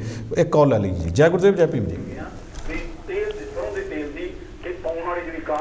ਆਪਣਾ ਟੀਵੀ ਬੰਦ ਕਰੋ ਜੀ, ਮੈਨੂੰ ਮੇਰੀ ਆਵਾਜ਼ ਸੁਣਦੀ ਫਿਰ ਚੰਗੀ ਨਹੀਂ ਲੱਗਦੀ ਮੈਨੂੰ ਆਪਣੀ ਆਵਾਜ਼। ਹਾਂਜੀ ਜੀ, ਹਾਂਜੀ, ਸਤਿ ਸ੍ਰੀ ਅਕਾਲ ਜੀ। ਸਤਿ ਸ੍ਰੀ ਅਕਾਲ ਜੀ। ਆਵਾਜ਼ ਕੱਟ ਕਰੋ ਜੀ ਆਪਣੀ ਟੀਵੀ ਦੀ। ਅੱਛਾ ਜੀ, ਸਤਿ ਸ੍ਰੀ ਅਕਾਲ ਜੀ। ਸਤਿ ਸ੍ਰੀ ਅਕਾਲ। ਫਿਰ ਸਾਡਾ ਦੇਸ਼ ਹੈ, ਜਿਹੜਾ ਵੀ ਬੰਦਾ ਕਹਿੰਦਾ ਕਿ ਡੈਮੋਕ੍ਰੇਟਿਕ ਹੈ ਨਹੀਂ, ਡੈਮੋਕ੍ਰੇਟਿਕ ਕਿਉਂ ਨਹੀਂ ਹੈਗੀ? ਜੇ ਇੱਕ ਦੋ ਬੰਦਿਆਂ ਕਰਕੇ ਡੈਮੋਕ੍ਰੇਟਿਕ ਨਹੀਂ ਕਹੀ, ਮੇਰੇ ਵਰਗੀ ਨਾ ਕਾਨੂੰਨ ਮੰਨੇ, ਸਾਡਾ ਦੇਸ਼ ਡੈਮੋਕ੍ਰੈਟਿਕ ਹੈ। ਜਿਹੜਾ ਬੰਦਾ ਕਹਿੰਦਾ ਕਿ ਜੋ ਡੈਮੋਕ੍ਰੈਟਿਕ ਹੈ ਨਹੀਂ, ਤੇ ਉੱਥੇ ਜਾ ਕੇ ਪ੍ਰਾਈਮ ਮਿਨਿਸਟਰ ਬਣ ਕੇ ਤੇ ਡੈਮੋਕ੍ਰੈਟਿਕ ਖੋਲ ਦੇ। ਆਪ ਤਿੰਨੋਂ ਬੈਠੇ ਹੋ, ਬਿਲਕੁਲ ਦੇਸ਼ ਦੇ ਹੋ, ਸਾਡੇ ਦੇਸ਼ ਵਿੱਚ ਡੈਮੋਕ੍ਰੈਟਿਕ ਹੈਗੀ ਆ। ਜੇ ਮੇਰੇ ਵਰਗੇ ਹੀ ਇੱਕ ਦੋ ਬੰਦੇ ਖਰਾਬ ਕਰ ਦਿੰਦੇ ਆ ਤੇ ਦੱਸੋ ਕੀ ਕਰੀਏ? ਇੰਨਾ ਤੁਸੀਂ ਦੇਸ਼ ਨੂੰ ਬਦਨਾਮ ਕਰਦੇ ਹੋ। ਕਾਲਰ, ਮੈਂ ਨਾਂ ਨਹੀਂ ਲੈਣਾ ਚਾਹੁੰਦੀ। ਤੁਸੀਂ ਕਿੱਥੋਂ ਬੋਲਦੇ ਹੋ? ਦੇਸ਼ ਨੂੰ ਬਦਨਾਮ ਨਹੀਂ ਕਰਨਾ। ਨਹੀਂ, ਤੁਸੀਂ ਨਾਮ ਦੱਸੋ। ਅਸੀਂ ਦੇਸ਼, ਉਸ ਦੇਸ਼ ਵਿੱਚ ਅੱਜ ਸਾਡੇ ਕਿਸਾਨ ਭਰਾ ਮੋਰਚਾ ਲਾ ਕੇ ਬੈਠੇ ਆ। ਮੈਂ ਵੀ ਕੱਲ ਨੂੰ ਕੋਈ ਧਰਨਾ ਲਾ ਲੈਣੀ ਆ। ਭੈਣ ਜੀ, ਸਵਾਲ ਭੈਣ ਜੀ ਗੱਲ ਸੁਣੋ। ਕਿਸਾਨਾਂ ਦਾ ਭੈਣ ਜੀ ਗੱਲ ਸੁਣੋ। ਭੈਣ ਜੀ ਤੁਹਾਡੀ ਗੱਲ ਨਹੀਂ ਜਾ ਰਹੀ, ਨਾ ਮੇਰੀ ਗੱਲ ਦਾ ਸਵਾਦ ਨਹੀਂ ਆ ਰਿਹਾ। ਗੱਲ ਸੁਣੋ ਭੈਣ ਜੀ। ਮੈਂ ਤੁਹਾਡੇ ਕੰਨਾਂ 'ਚ ਪਬਲਿਕ ਨੂੰ ਕਹਿ ਰਹੀ ਹਾਂ, ਤੁਹਾਨੂੰ ਤਿੰਨਾਂ ਨੂੰ ਨਹੀਂ। ਭੈਣ ਜੀ ਮੇਰੀ ਗੱਲ ਸੁਣੋ ਇੱਕ ਮਿੰਟ ਲਈ। ਹੁਣ ਤੁਸੀਂ ਮੇਰੀ ਗੱਲ ਸੁਣੋ। ਰੁਕੋ, ਹਾਂ ਰੁਕੋ। ਤੇਜ਼ ਨਹੀਂ, ਸੱਜੇ ਆਪਾਂ ਗੱਲ ਕਰਦੇ ਹਾਂ। ਪਹਿਲਾਂ ਤਾਂ ਤੁਸੀਂ ਟੀਵੀ ਦੀ ਆਵਾਜ਼ ਘੱਟ ਕਰੋ।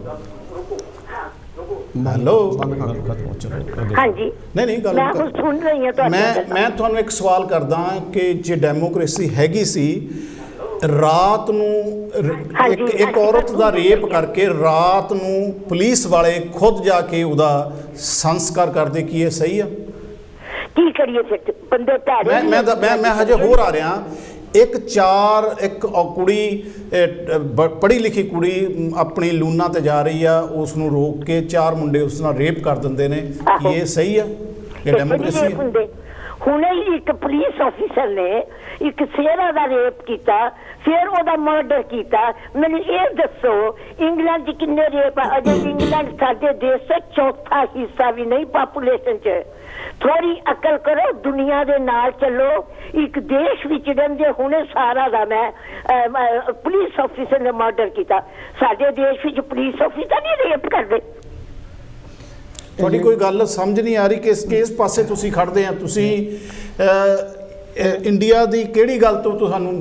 ਮੈਂ ਕਹਿੰਦੀ ਆ ਇੰਡੀਆ 'ਚ ਅਸੀਂ ਧਰਨੇ ਲਾ ਰਹੇ ਆ, ਅਸੀਂ ਜੋ ਜੀ ਕਰਦਾ ਕਰਨੇ ਆ, ਉਹਨੂੰ ਡੈਮੋਕ੍ਰੇਸੀ ਕਹਿੰਦੇ ਆ। ਮੋਦੀ ਨੇ ਕਿਹੜਾ ਧਰਨੇ ਲਾਉਣ 'ਚ ਪੁਲਿਸ ਭੇਜ ਦਿੱਤੀ ਆ? ਇਹ ਬੀਬੀ ਜੀ ਗੱਲ ਆਜ਼ਾਦ ਆ। ਫਿਰ ਲੋਕੀ ਕਹਿੰਦੇ ਅਸੀਂ ਸੈਕਿੰਡ ਕਲਾਸ ਸਿਟੀਜ਼ਨ ਆ। ਮੈਂ ਸਰਦਾਰਨੀ ਆ, ਮੈਂ ਜਾਣੀ ਆ ਪੰਜਾਬ 'ਚ। ਹੁਣ ਤਾਂ ਨਹੀਂ ਗਈ ਲੋਕਡਾਊਨ ਕਰਕੇ, ਤੇ ਮੈਂ ਤੇ ਜਿਸੇ ਹੋਟਲ 'ਚ ਜਾਵਾਂ, ਚਾਹੇ ਬੱਸ ਵਿੱਚ ਬੈਠਾ ਜਾਂ ਟੈਕਸੀ 'ਚ ਬੈਠਾ, ਮੈਨੂੰ ਤਾਂ ਕੋਈ ਸੈਕਿੰਡ ਕਲਾਸ ਸਿਟੀਜ਼ਨ ਨਜ਼ਰ ਨਹੀਂ ਆ ਰਿਹਾ। ਤੁਸੀਂ ਐਵੇਂ ਮਿੱਟੀ ਦੇ ਤੇਲ 'ਚ ਅੱਗ ਪਾ ਕੇ ਸਾਨੂੰ ਨੀਚੇ ਗਿਰਾ ਰਹੇ ਹੋ।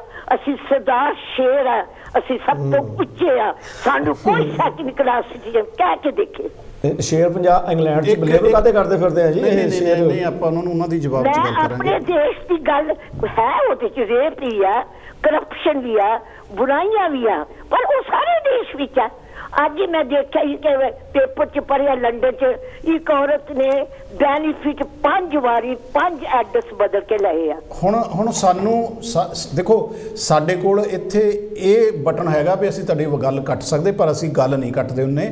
ਮੇਰੀ ਗੱਲ ਸੁਣੋ ਵੀ ਤੇ ਦੱਸੋ ਵੀ ਕਿ ਇਹ ਕਿਸੇ ਦੇਸ਼ ਦੇ ਵਿੱਚ ਇੱਦਾਂ ਹੁੰਦਾ ਕਿ ਸਾਰੇ ਦਾ ਸਾਰਾ ਬਿਜ਼ਨਸ ਜਿਹੜਾ ਅਸੀਂ ਹੁਣ ਗੱਲ ਕਰਨ ਲੱਗੇ ਹਾਂ, ਬੇਸ਼ੱਕ ਤੁਸੀਂ ਸੁਣਿਓ ਉਹਦੇ 'ਚ ਸਾਡੇ ਸ਼ਾਮਲ ਵੀ ਰਹੋ, ਤੁਸੀਂ ਇੱਦਾਂ ਹੀ ਸ਼ਾਮਲ ਰਹੋ ਕਿ ਕਿਸੇ ਦੇਸ਼ 'ਚ ਇਹ ਹੁੰਦਾ ਵੀ ਇੱਕ ਬੰਦੇ ਨੂੰ ਸਾਰੇ ਦੇਸ਼ ਦਾ ਧੰਦਾ ਦੇ ਦਿੱਤਾ ਜਾਵੇ ਇੱਕ ਬੰਦੇ ਨੂੰ।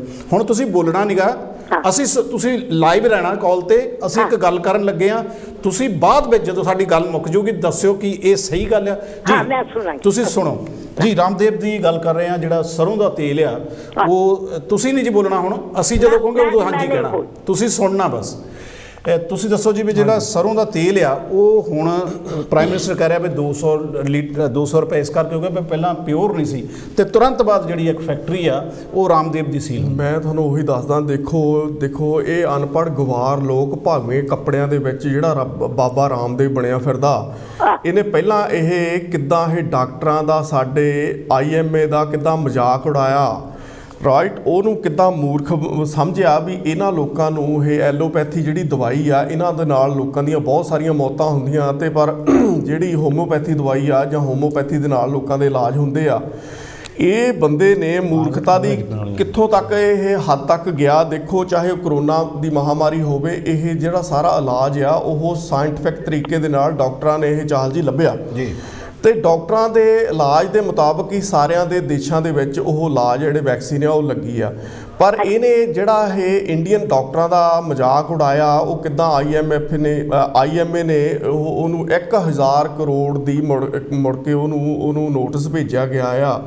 ਦੇਖੋ ਉਸ ਤੋਂ ਬਾਅਦ ਹੁਣ ਕੀ ਆ ਵੀ ਇਸ ਬੰਦੇ ਦੀ ਸਰੋਂ ਦਾ ਤੇਲ ਬਣਾਉਣ ਵਾਲੀ ਫੈਕਟਰੀ ਅਲਵਰ ਰਾਜਸਥਾਨ ਦੇ ਵਿੱਚ ਸੀਗੀ। ਪਹਿਲਾਂ ਕਿੱਦਾਂ ਇਹਨੇ ਪਹਿਲਾਂ ਇਸ਼ਤਿਹਾਰ ਦੇ ਕੇ ਪੂਰੇ ਦੇਸ਼ ਦੇ ਵਿੱਚ ਕਿ ਇਹ ਜਿਹੜਾ ਸਾਡਾ ਤੇਲ ਆ ਸਰੋਂ ਦਾ ਇਹ ਬਿਲਕੁਲ ਪਿਓਰ ਆ, ਤੇ ਜਿਹੜੀਆਂ ਦੂਸਰੀਆਂ ਕੰਪਨੀਆਂ ਆ ਉਹ ਮਿਲਾਵਟ ਕਰਕੇ ਤੇਲ ਵੇਚਦੀਆਂ। ਪਰ ਜਦੋਂ ਐਂਡ ਤੇ ਆ ਕੇ ਦੇਖਿਆ ਗਿਆ ਵੀ ਉਹਦੇ ਸੈਂਪਲ ਉਹ ਫੈਕਟਰੀ ਦੇ ਭਰੇ ਗਏ ਤਾਂ ਉੱਥੇ ਉਹ ਮਿਲਾਵਟ ਪਾਈ ਗਈ, ਤਾਂ ਫੈਕਟਰੀ ਨੂੰ ਸੀਲ ਕਰ ਦਿੱਤਾ ਗਿਆ, ਤੇ ਸੀਲ ਕਰਕੇ ਤਾਂ ਉਹ ਫੈਕਟਰੀ ਬੰਦ ਕਰ ਦਿੱਤੀ ਗਈ ਆ। ਜਿਹੜੀ ਇਹ ਭਗਵੇਂ ਕੱਪੜਿਆਂ ਦੇ ਵਿੱਚ ਕਿੱਡੇ ਬਿਜ਼ਨਸਮੈਨ ਆ ਜਿਹੜੇ ਇਹ ਬਣੇ ਫਿਰਦੇ ਆ, ਲੋਕਾਂ ਨੂੰ ਬੇਵਕੂਫ ਬਣਾ ਰਹੇ ਆ। ਕਿੰਨੇ ਦੀ ਸੀ ਤੇ ਕਿੰਨੇ ਦੀ ਖਰੀਦੀ ਗਈ? ਦੇਖੋ ਸਰੋਂ ਦਾ ਭਾਅ ਸੀਗਾ ਜਿਹੜਾ ਐਤਕੀ ਜਿਹੜਾ ਸੀਗਾ ਉਹ ਤਕਰੀਬਨ ਉਹ 3300-3400 ਰੁਪਈਆ ਸੀਗਾ, ਤਾਂ 6-6000 ਤੱਕ ਕੁਇੰਟਲ ਦੇ ਹਿਸਾਬ ਦੇ ਨਾਲ ਮੰਡੀਆਂ 'ਚੋਂ ਇਹ ਸਰੋਂ ਖਰੀਦੀ ਗਈ ਆ। ਤੇ ਜਾਂ ਜਿਹੜੀ ਕਿ ਇਹਨਾਂ ਨੇ ਲੋਕਾਂ ਨੇ ਫਿਰ ਆਉਣ ਵਾਲੇ ਸਮੇਂ ਲਈ ਉਹੀ ਝੋਨੇ ਕਣਕ ਨੂੰ ਕਿੱਦਾਂ ਖਰੀਦਣਾ ਹੈ ਉਹ ਰਾਹ ਬਣਾ ਰਹੇ ਆ। ਤੁਸੀਂ ਇੱਥੇ ਲੋਕ ਆਪਾਂ ਬੀਬੀ ਨੂੰ ਤੋਰੀਏ ਕਿਉਂਕਿ ਇਸ ਤੋਂ ਬਾਅਦ ਹੋਰ ਵੀ ਗੱਲ ਆਉਣੀ ਹੈ। ਬੀਬੀ ਜੀ ਹੁਣ ਤੁਸੀਂ ਆ ਦੇਖ ਲਿਆ ਕਿ ਸਾਡੇ ਦੇਸ਼ ਦੇ ਵਿੱਚ ਕਿੰਨਾ ਕੁ ਇਨਸਾਫ ਹੈਗਾ। ਨਹੀਂ ਹੁਣ ਤੁਸੀਂ ਨਾ ਬੋਲਿਓ, ਅਸੀਂ ਮੈਂ ਤੁਹਾਨੂੰ ਟਾਈਮ ਦਿਆਂ ਭੈਣ ਜੀ, ਮੈਂ ਫੋਨ ਕੱਟ ਦੇਣਾ ਫਿਰ। ਉਹਦੀ ਫੈਕਟਰੀ ਦੇਖੋ ਅਸੀਂ ਫੋਨ ਕੱਟ ਦੇਣਾ ਜੇ ਸਾਡੀ ਗੱਲ ਨਹੀਂ ਸੁਣਨੀ, ਪਹਿਲਾਂ ਸਾਡੀ ਸੁਣੋ, ਅਸੀਂ ਤੁਹਾਡੀ ਪੂਰੀ ਸੁਣਾਂਗੇ। ਅੱਛਾ ਹੁਣ ਇੱਕ ਦੇਸ਼ ਦੇ ਵਿੱਚ ਜਿਸ ਨੂੰ ਪ੍ਰਮੋਟ ਕੀਤਾ ਜਾ ਰਿਹਾ ਬਾਬਾ ਰਾਮਦੇਵ ਨੂੰ, ਔਰ ਤੁਰੰਤ ਬਾਅਦ ਉਸਦੀ ਫੈਕਟਰੀ ਬੰਦ ਹੁੰਦੀ ਹੈ। ਜਦੋਂ ਇੱਕ ਪ੍ਰਾਈਮ ਮਿਨਿਸਟਰ ਕਹਿੰਦਾ ਕਿ ਨਕਲੀ ਤੇਲ ਸੀ ਪਹਿਲਾਂ, ਹੁਣ ਅਸਲੀ ਆ ਗਿਆ, ਤਾਂ ਹੁਣ ਤੁਹਾਡੇ ਦੇਸ਼ ਦੇ ਇਹ ਦੱਸੋ ਕਿ ਇਹ ਸਹੀ ਗੱਲ ਆ? ਤੁਸੀਂ ਇੰਨੀ ਗੱਲ ਦੱਸ ਵੀ ਇਹ ਸਹੀ ਆ? ਹਜੇ ਤਾਂ ਹੋਰ ਦੱਸਣਾ ਸੀ ਕਿ 3400 ਵਾਲੀ ਸਰੋਂ 6000 ਚ ਖਰੀਦ ਕੇ 200 ਦਾ ਤੇਲ ਦੇਣਾ ਸ਼ੁਰੂ ਕਰ ਦਿੱਤਾ ਜਿਹੜਾ 70 ਦਾ ਸੀ। ਇਹ ਸਹੀ ਹੈ ਦੇਸ਼? ਨਾ ਲਵੋ, ਚਲੋ ਥੈਂਕ ਯੂ ਜੀ। ਇਹਨਾਂ ਦੀ ਕਾਲ ਵੀ ਹੁਣ ਨਾ ਲਵੋ। ਨਹੀਂ ਤੁਹਾਡੀ ਚੋਇਸ ਹੈ, ਨਾ ਜਾਓ ਰਾਮਦੇਵ। ਬਸ ਜੀ ਬਸ, ਉਹ ਤਾਂ ਗੱਲ ਇਹ ਆ ਵੀ ਜੇ ਹੁਣ ਥੈਂਕ ਯੂ, ਰੋਟੀ ਖਾਣੀ ਬੰਦ ਕਰ ਦਿਓ। ਪਿਆਰੇ ਦਰਸ਼ਕੋ ਜਿਹੜੀ ਕਾਲ ਪਿਆਰੇ ਦਰਸ਼ਕੋ ਜਦੋਂ ਕਾਲ ਕਰਨੀ ਹੈ ਨਾ, ਤੁਸੀਂ ਭਾਵੇਂ ਜਿੰਨਾ ਮਰਜ਼ੀ ਗਰਮ ਹੋ ਲਓ, ਜਿੱਦਾਂ ਦਾ ਵੀ ਤੁਹਾਨੂੰ ਵਿਚਾਰ ਆ ਤੁਸੀਂ ਰੱਖ ਸਕਦੇ, ਮੈਂ ਸੁਣੂੰਗਾ। ਕਾਂਚੀ TV ਤੇ ਕੋਈ ਸੁਣਦਾ ਚਾਹੇ ਨਹੀਂ ਸੁਣਦਾ, ਫੋਨ ਕੱਟਦਾ ਹੋਊਗਾ ਮੈਨੂੰ ਨਹੀਂ ਪਤਾ, ਪਰ ਮੇਰੇ ਇਸ ਪ੍ਰੋਗਰਾਮ ਜਾਂ ਸਾਡੇ ਇਸ ਪ੍ਰੋਗਰਾਮ ਦੇ ਵਿੱਚ ਅਸੀਂ ਤੁਹਾਡੀ ਸਾਰੀ ਉਨੀ ਦੇਰ ਤੱਕ ਗੱਲ ਸੁਣਾਂਗੇ ਜਿੰਨੀ ਦੇਰ ਤੁਸੀਂ ਸਾਡੀ ਗੱਲ ਨਾਲ ਵਾਰਤਾਲਾਪ ਰੱਖੋਗੇ। ਜਦੋਂ ਤੁਸੀਂ ਸਾਡੀ ਗੱਲ ਸੁਣੋਗੇ ਨਹੀਂ ਤੇ ਵਿਸ਼ੇ ਤੋਂ ਬਾਹਰ ਹੋਵੋਗੇ ਫਿਰ ਅਸੀਂ ਕਾਲ ਕੱਟਾਂਗੇ। ਜੈ ਗੁਰਦੇਵ, ਜੈ ਭੀਮ ਜੀ। ਹੈਲੋ ਜੀ। ਜੀ ਹਾਂਜੀ, ਤੁਸੀਂ ਆਨਲਾਈਨ ਆ ਜੀ? ਹੈਲੋ ਜੀ। ਹੈਲੋ ਜੀ। ਮੈਂ ਸਿਰਫ ਦੋ ਹੀ ਗੱਲਾਂ ਕਹਿਣੀਆਂ ਨੇ ਜਿਹੜੇ ਭੈਣ ਜੀ ਬੋਲ ਕੇ ਗਏ ਆ ਵੀ ਡੈਮੋਕ੍ਰੇਸੀ ਦੇ ਬਾਰੇ ਔਰ ਤੇਲ ਦੇ ਬਾਰੇ ਵੀ ਤੇਲ ਨਾ ਲੱਭੋ। ਪਹਿਲੇ ਤੇ ਭੈਣ ਜੀ ਹੁਣੀ ਝੂਠ ਹੀ ਬੋਲ ਗਏ ਨੇ ਕਿ ਉਹ ਸਿੱਖ ਔਰਤ ਹੈ। ਉਹ ਹੈਗੇ ਨੇ ਸ਼ਕੇਸ਼ ਲਤਾ ਜੀ ਬ੍ਰਾਹਮਣ ਜਾਤੀ ਚੋਂ, ਔਰ ਉਹ ਇਸੇ ਕਰਕੇ ਮੇਰੇ ਖਿਆਲ ਉਹ ਵਿਰੋਧ ਕਰ ਰਹੇ ਨੇ ਇਸ ਗੱਲ ਦੇ ਬਾਰੇ। ਤੇ ਮੈਂ ਇਹੀ ਕਹੂੰਗੀ ਕਿ ਸਾਰਿਆਂ ਨੂੰ ਸਾਨੂੰ ਸੱਚ ਬੋਲਣਾ ਚਾਹੀਦਾ। ਪਹਿਲੇ ਤੇ ਆਪਣਾ ਆਪ ਛੁਪਾ ਕੇ ਜਦੋਂ ਗੱਲ ਕਰਨੀ ਹੈ ਕਿ ਜੇ ਤੁਸੀਂ ਕਿਸੇ ਚੀਜ਼ ਨੂੰ ਗਲਤ ਵੀ ਕਹਿਣਾ ਚਾਹੁੰਦੇ ਆ ਤਾਂ ਫਿਰ ਆਪਣਾ ਨਾਮ ਦੱਸ ਕੇ ਪ੍ਰੋਪਰ ਵੇ ਨਾ ਕਹੋ ਕਿ ਹਾਂ ਅਸੀਂ ਇਹਨਾਂ ਚੀਜ਼ਾਂ ਨੂੰ ਲਾਈਕ ਕਰਦੇ ਹਾਂ ਜਾਂ ਨਹੀਂ ਲਾਈਕ ਕਰਦੇ। ਅਗਰ ਜੇ ਇਸ ਤਰੀਕੇ ਨਾਲ ਛੁਪਾ ਕੇ ਤੁਸੀਂ ਕਹੋ ਜੀ ਉਸ ਚੀਜ਼ ਨੂੰ ਸਹੀ ਨੂੰ ਤੁਸੀਂ ਗਲਤ ਕਹੀ ਜਾਵੋ ਤੇ ਗਲਤ ਇਦਾਂ ਕਹਿਣ ਦੇ ਨਾਲ ਪਹਿਲੇ ਤਾਂ ਹੁੰਦਾ ਰਿਹਾ, ਹੁਣ ਨਹੀਂ ਹੋਣਾ। ਸੋ ਇਸ ਕਰਕੇ ਆਪਣਾ ਨਾਮ ਸਹੀ ਦੱਸੋ ਔਰ ਸੱਚ ਬੋਲੋ, ਮੈਂ ਕੌਣ ਆ ਕੌਣ ਨਹੀਂ, ਬਸ ਮੈਂ ਇੰਨੀ ਕਹੂੰਗੀ। ਥੈਂਕ ਯੂ ਜੀ। ਜਦੋਂ ਕੋਈ ਟੇਢਾ ਆਉਂਦਾ ਸਾਨੂੰ ਉਸ ਵੇਲੇ ਪਤਾ ਲੱਗ ਜਾਂਦਾ ਵੀ ਇਹ ਕੀ ਕਹਿਣਾ ਚਾਹੁੰਦਾ। ਜਿਨ੍ਹਾਂ ਦੇ ਸਿਰ ਤੇ ਪੱਗ ਹੁੰਦੀ ਉਹ ਸਾਰੇ ਸ਼ੇਰ ਨਹੀਂ ਹੁੰਦੇ। ਪੱਗਾਂ ਵਾਲੇ ਵੀ ਜਿਹੜੇ ਆ ਉਹ ਬਾਅਦ ਵਿੱਚ ਪਹਿਲਾਂ ਬਿਨਾਂ ਪੱਗਾਂ ਤੋਂ ਵਾਲੇ ਵੀ ਸ਼ੇਰ ਬਣੇ ਆ। ਜਦੋਂ ਜਾਣ-ਬੁੱਝ ਕੇ ਉਹਨਾਂ ਨੇ ਇਹ ਲਫ਼ਜ਼ ਵਿੱਚ ਪਾਇਆ ਵੀ ਅਸੀਂ ਪੰਜਾਬੀ ਹਾਂ, ਅਸੀਂ ਸ਼ੇਰ ਹੁੰਦੇ ਆ, ਤਾਂ ਮੈਂ ਉਦੋਂ ਹੀ ਸਮਝ ਗਿਆ ਸੀ ਕਿ ਇਹ ਗੱਲ ਫੇਕ ਆ। ਹੁਣ ਸਾਡੇ ਭਗਵੰਤ ਜੀ ਆ, ਇਹ ਭਗਵੰਤ ਆ, ਇਹ ਸ਼ੇਰ ਥੋੜ੍ਹੀ ਆ। ਜੇ ਪੱਗ ਬੰਨ੍ਹਦੇ ਤਾਂ ਧਾਰਮਿਕ ਤੌਰ 'ਤੇ ਉਹਨਾਂ ਦਾ ਚਿੰਨ੍ਹ ਆ। ਹੁਣ ਅਸੀਂ ਉਸ ਨੂੰ ਆ ਕੇ ਦੱਸੀਏ ਟੀਵੀ ਦੇ ਉੱਤੇ ਜਾਣ-ਬੁੱਝ ਕੇ ਕਿਸੇ ਮਸਲੇ ਨੂੰ ਭੜਕਾਉਣ ਦੀ ਗੱਲ ਸੀ। ਸਾਨੂੰ ਪਤਾ ਸੀ। ਕੋਈ ਗੱਲ ਨਹੀਂ। ਥੈਂਕ ਯੂ ਤੁਹਾਡਾ ਕਾਲ ਕਰਨ ਦਾ। ਦੂਸਰੀ ਦਾ ਜੀ। ਹਾਂਜੀ, ਜੈ ਗੁਰਦੇਵ ਜੈ ਭੀਮ ਜੀ। ਹੈਲੋ ਜੀ ਭਾਜੀ, ਗੁੱਡ ਈਵਨਿੰਗ। ਤਿੰਨਾਂ ਭਾਈਆਂ ਨੂੰ ਖੁਦਾ ਬਹੁਤ ਸਾਰੀ ਬਰਕਤ ਦੇਵੇ। ਬਹੁਤ ਸੋਹਣਾ ਪ੍ਰੋਗਰਾਮ ਆ ਤੁਸੀਂ ਰੱਖਿਆ। ਆ ਜਿਹੜੀ ਹੁਣੇ ਭੈਣ ਜੀ ਬੋਲ ਕੇ ਗਈ ਆ, ਪਹਿਲੀ ਨਹੀਂ ਜਿਹੜੀ ਉਹ ਤੋਂ ਪਹਿਲਾਂ ਬੋਲ ਕੇ ਗਈ ਆ, ਅੱਬਲ ਤਾਂ ਇਹ ਝੂਠ ਬੋਲਦੀ। ਅਸੀਂ ਸ਼ੇਰ ਬੱਬਰ ਹੁੰਦੇ, ਆਹ ਹੁੰਦੇ ਆ, ਇਹ ਹੁੰਦੇ, ਉਹ ਹੁੰਦੇ। ਉਹ ਸ਼ੇਰ ਨਹੀਂ ਕਹੋ। ਜੇ ਹੁਣ ਤੁਸੀਂ ਜੇ ਕਿਸੇ ਹੋਰ ਨੇ ਕਾਲ ਕਰਨੀ ਹੋ ਤਾਂ ਸ਼ੇਰ ਨਹੀਂ ਕਹਿ ਕੇ ਕਰ ਲਿਓ। ਹਾਂਜੀ, ਸ਼ੇਰ ਨਹੀਂ ਦੀ ਗੱਲ ਕਰ ਰਹੇ। ਸ਼ੇਰਨੀ ਸਰਦਾਰ ਹੁੰਦੇ, ਏਦਾਂ ਕੁਛ ਕਹਿੰਦੀ ਸੀਗੀ। ਇੰਡੀਆ ਦੇ ਵਿੱਚ ਹੁੰਦਾ ਕੀ ਆ, ਸਾਡੇ ਕਿਸਾਨ ਵੀਰਾਂ ਨੂੰ 6 ਮਹੀਨੇ ਹੋ ਗਏ ਉੱਥੇ ਬੈਠਿਆਂ ਨੂੰ।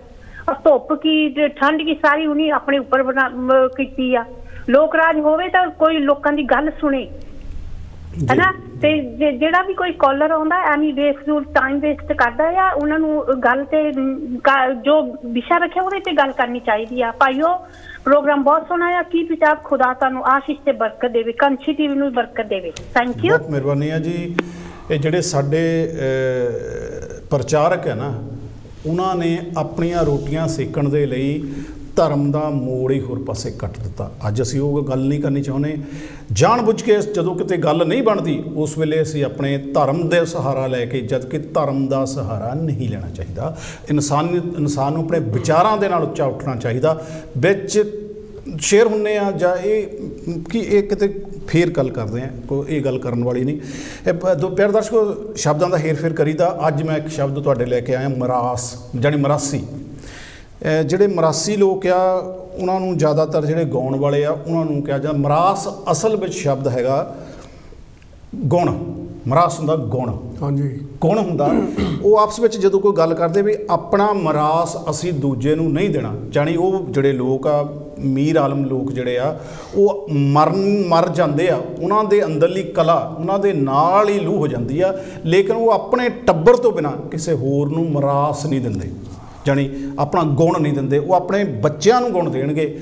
ਇਹਨਾਂ ਦਾ ਪਹਿਲਾ ਟਾਈਮ ਜਿਹੜਾ ਸੀ ਉਹ ਇਹ ਸੀਗਾ ਕਿ ਇਹ ਆਪਣੀਆਂ ਚੀਜ਼ਾਂ ਵੇਚਣ ਦੇ ਲਈ ਰੋਡ 'ਤੇ ਜਾ ਕੇ, ਮਹੱਲੇ 'ਚ ਜਾ ਕੇ ਗਾ ਕੇ ਵੇਚਦੇ ਸੀ। ਔਰ ਜਿਹੜਾ ਗਾਉਣਾ ਸ਼ੁਰੂ ਹੋਇਆ ਸੀ ਉਹ ਇਹਨਾਂ ਦੇ ਗਲੇ ਤੋਂ ਹੋਇਆ। ਔਰ ਇਹ ਜਿਹੜਾ ਮਰਾਸ ਆ, ਇਹ ਮਰਾਸੀ ਨਹੀਂ ਗਾ। ਅਸੀਂ ਐਵੇਂ ਇੱਕ ਜਾਤ ਪਾਤ ਖੜੀ ਕੀਤੀ ਹੋਈ ਆ, ਮਰਾਸੀ ਨਹੀਂ ਆ। ਮਰਾਸੀ ਦਾ ਮਤਲਬ ਗੁਣਵਾਨ ਵਾਲਾ ਬੰਦਾ, ਗੁਣਗਾਨ। ਮਰਾਸ ਆਪਣੀ ਚੀਜ਼ ਦੂਜੇ ਨੂੰ ਨਾ ਦੇਣਾ। ਪਰ ਮੈਂ ਤਾਂ ਕਹਿੰਦਾ ਚਾਹਲ ਜੀ ਦੇ ਦੇਣੀ ਚਾਹੀਦੀ ਹੈ। ਜੇ ਬੰਦੇ ਕੋਲ ਉਹਨਾਂ ਦੇ ਪੁਰਾਣੇ ਸਮੇਂ ਦੀ ਇਹ ਗੱਲ ਆ, ਉਹ ਨਹੀਂ ਸੀ ਦਿੰਦੇ। ਉਹਨਾਂ ਦੇ ਪਰਿਵਾਰ 'ਚ ਸੋਚ ਸੀ, ਉਹਨਾਂ ਦੀ ਸਮਝ ਸੀ। ਉਹਨਾਂ ਦੀ ਜਿਹੜੀ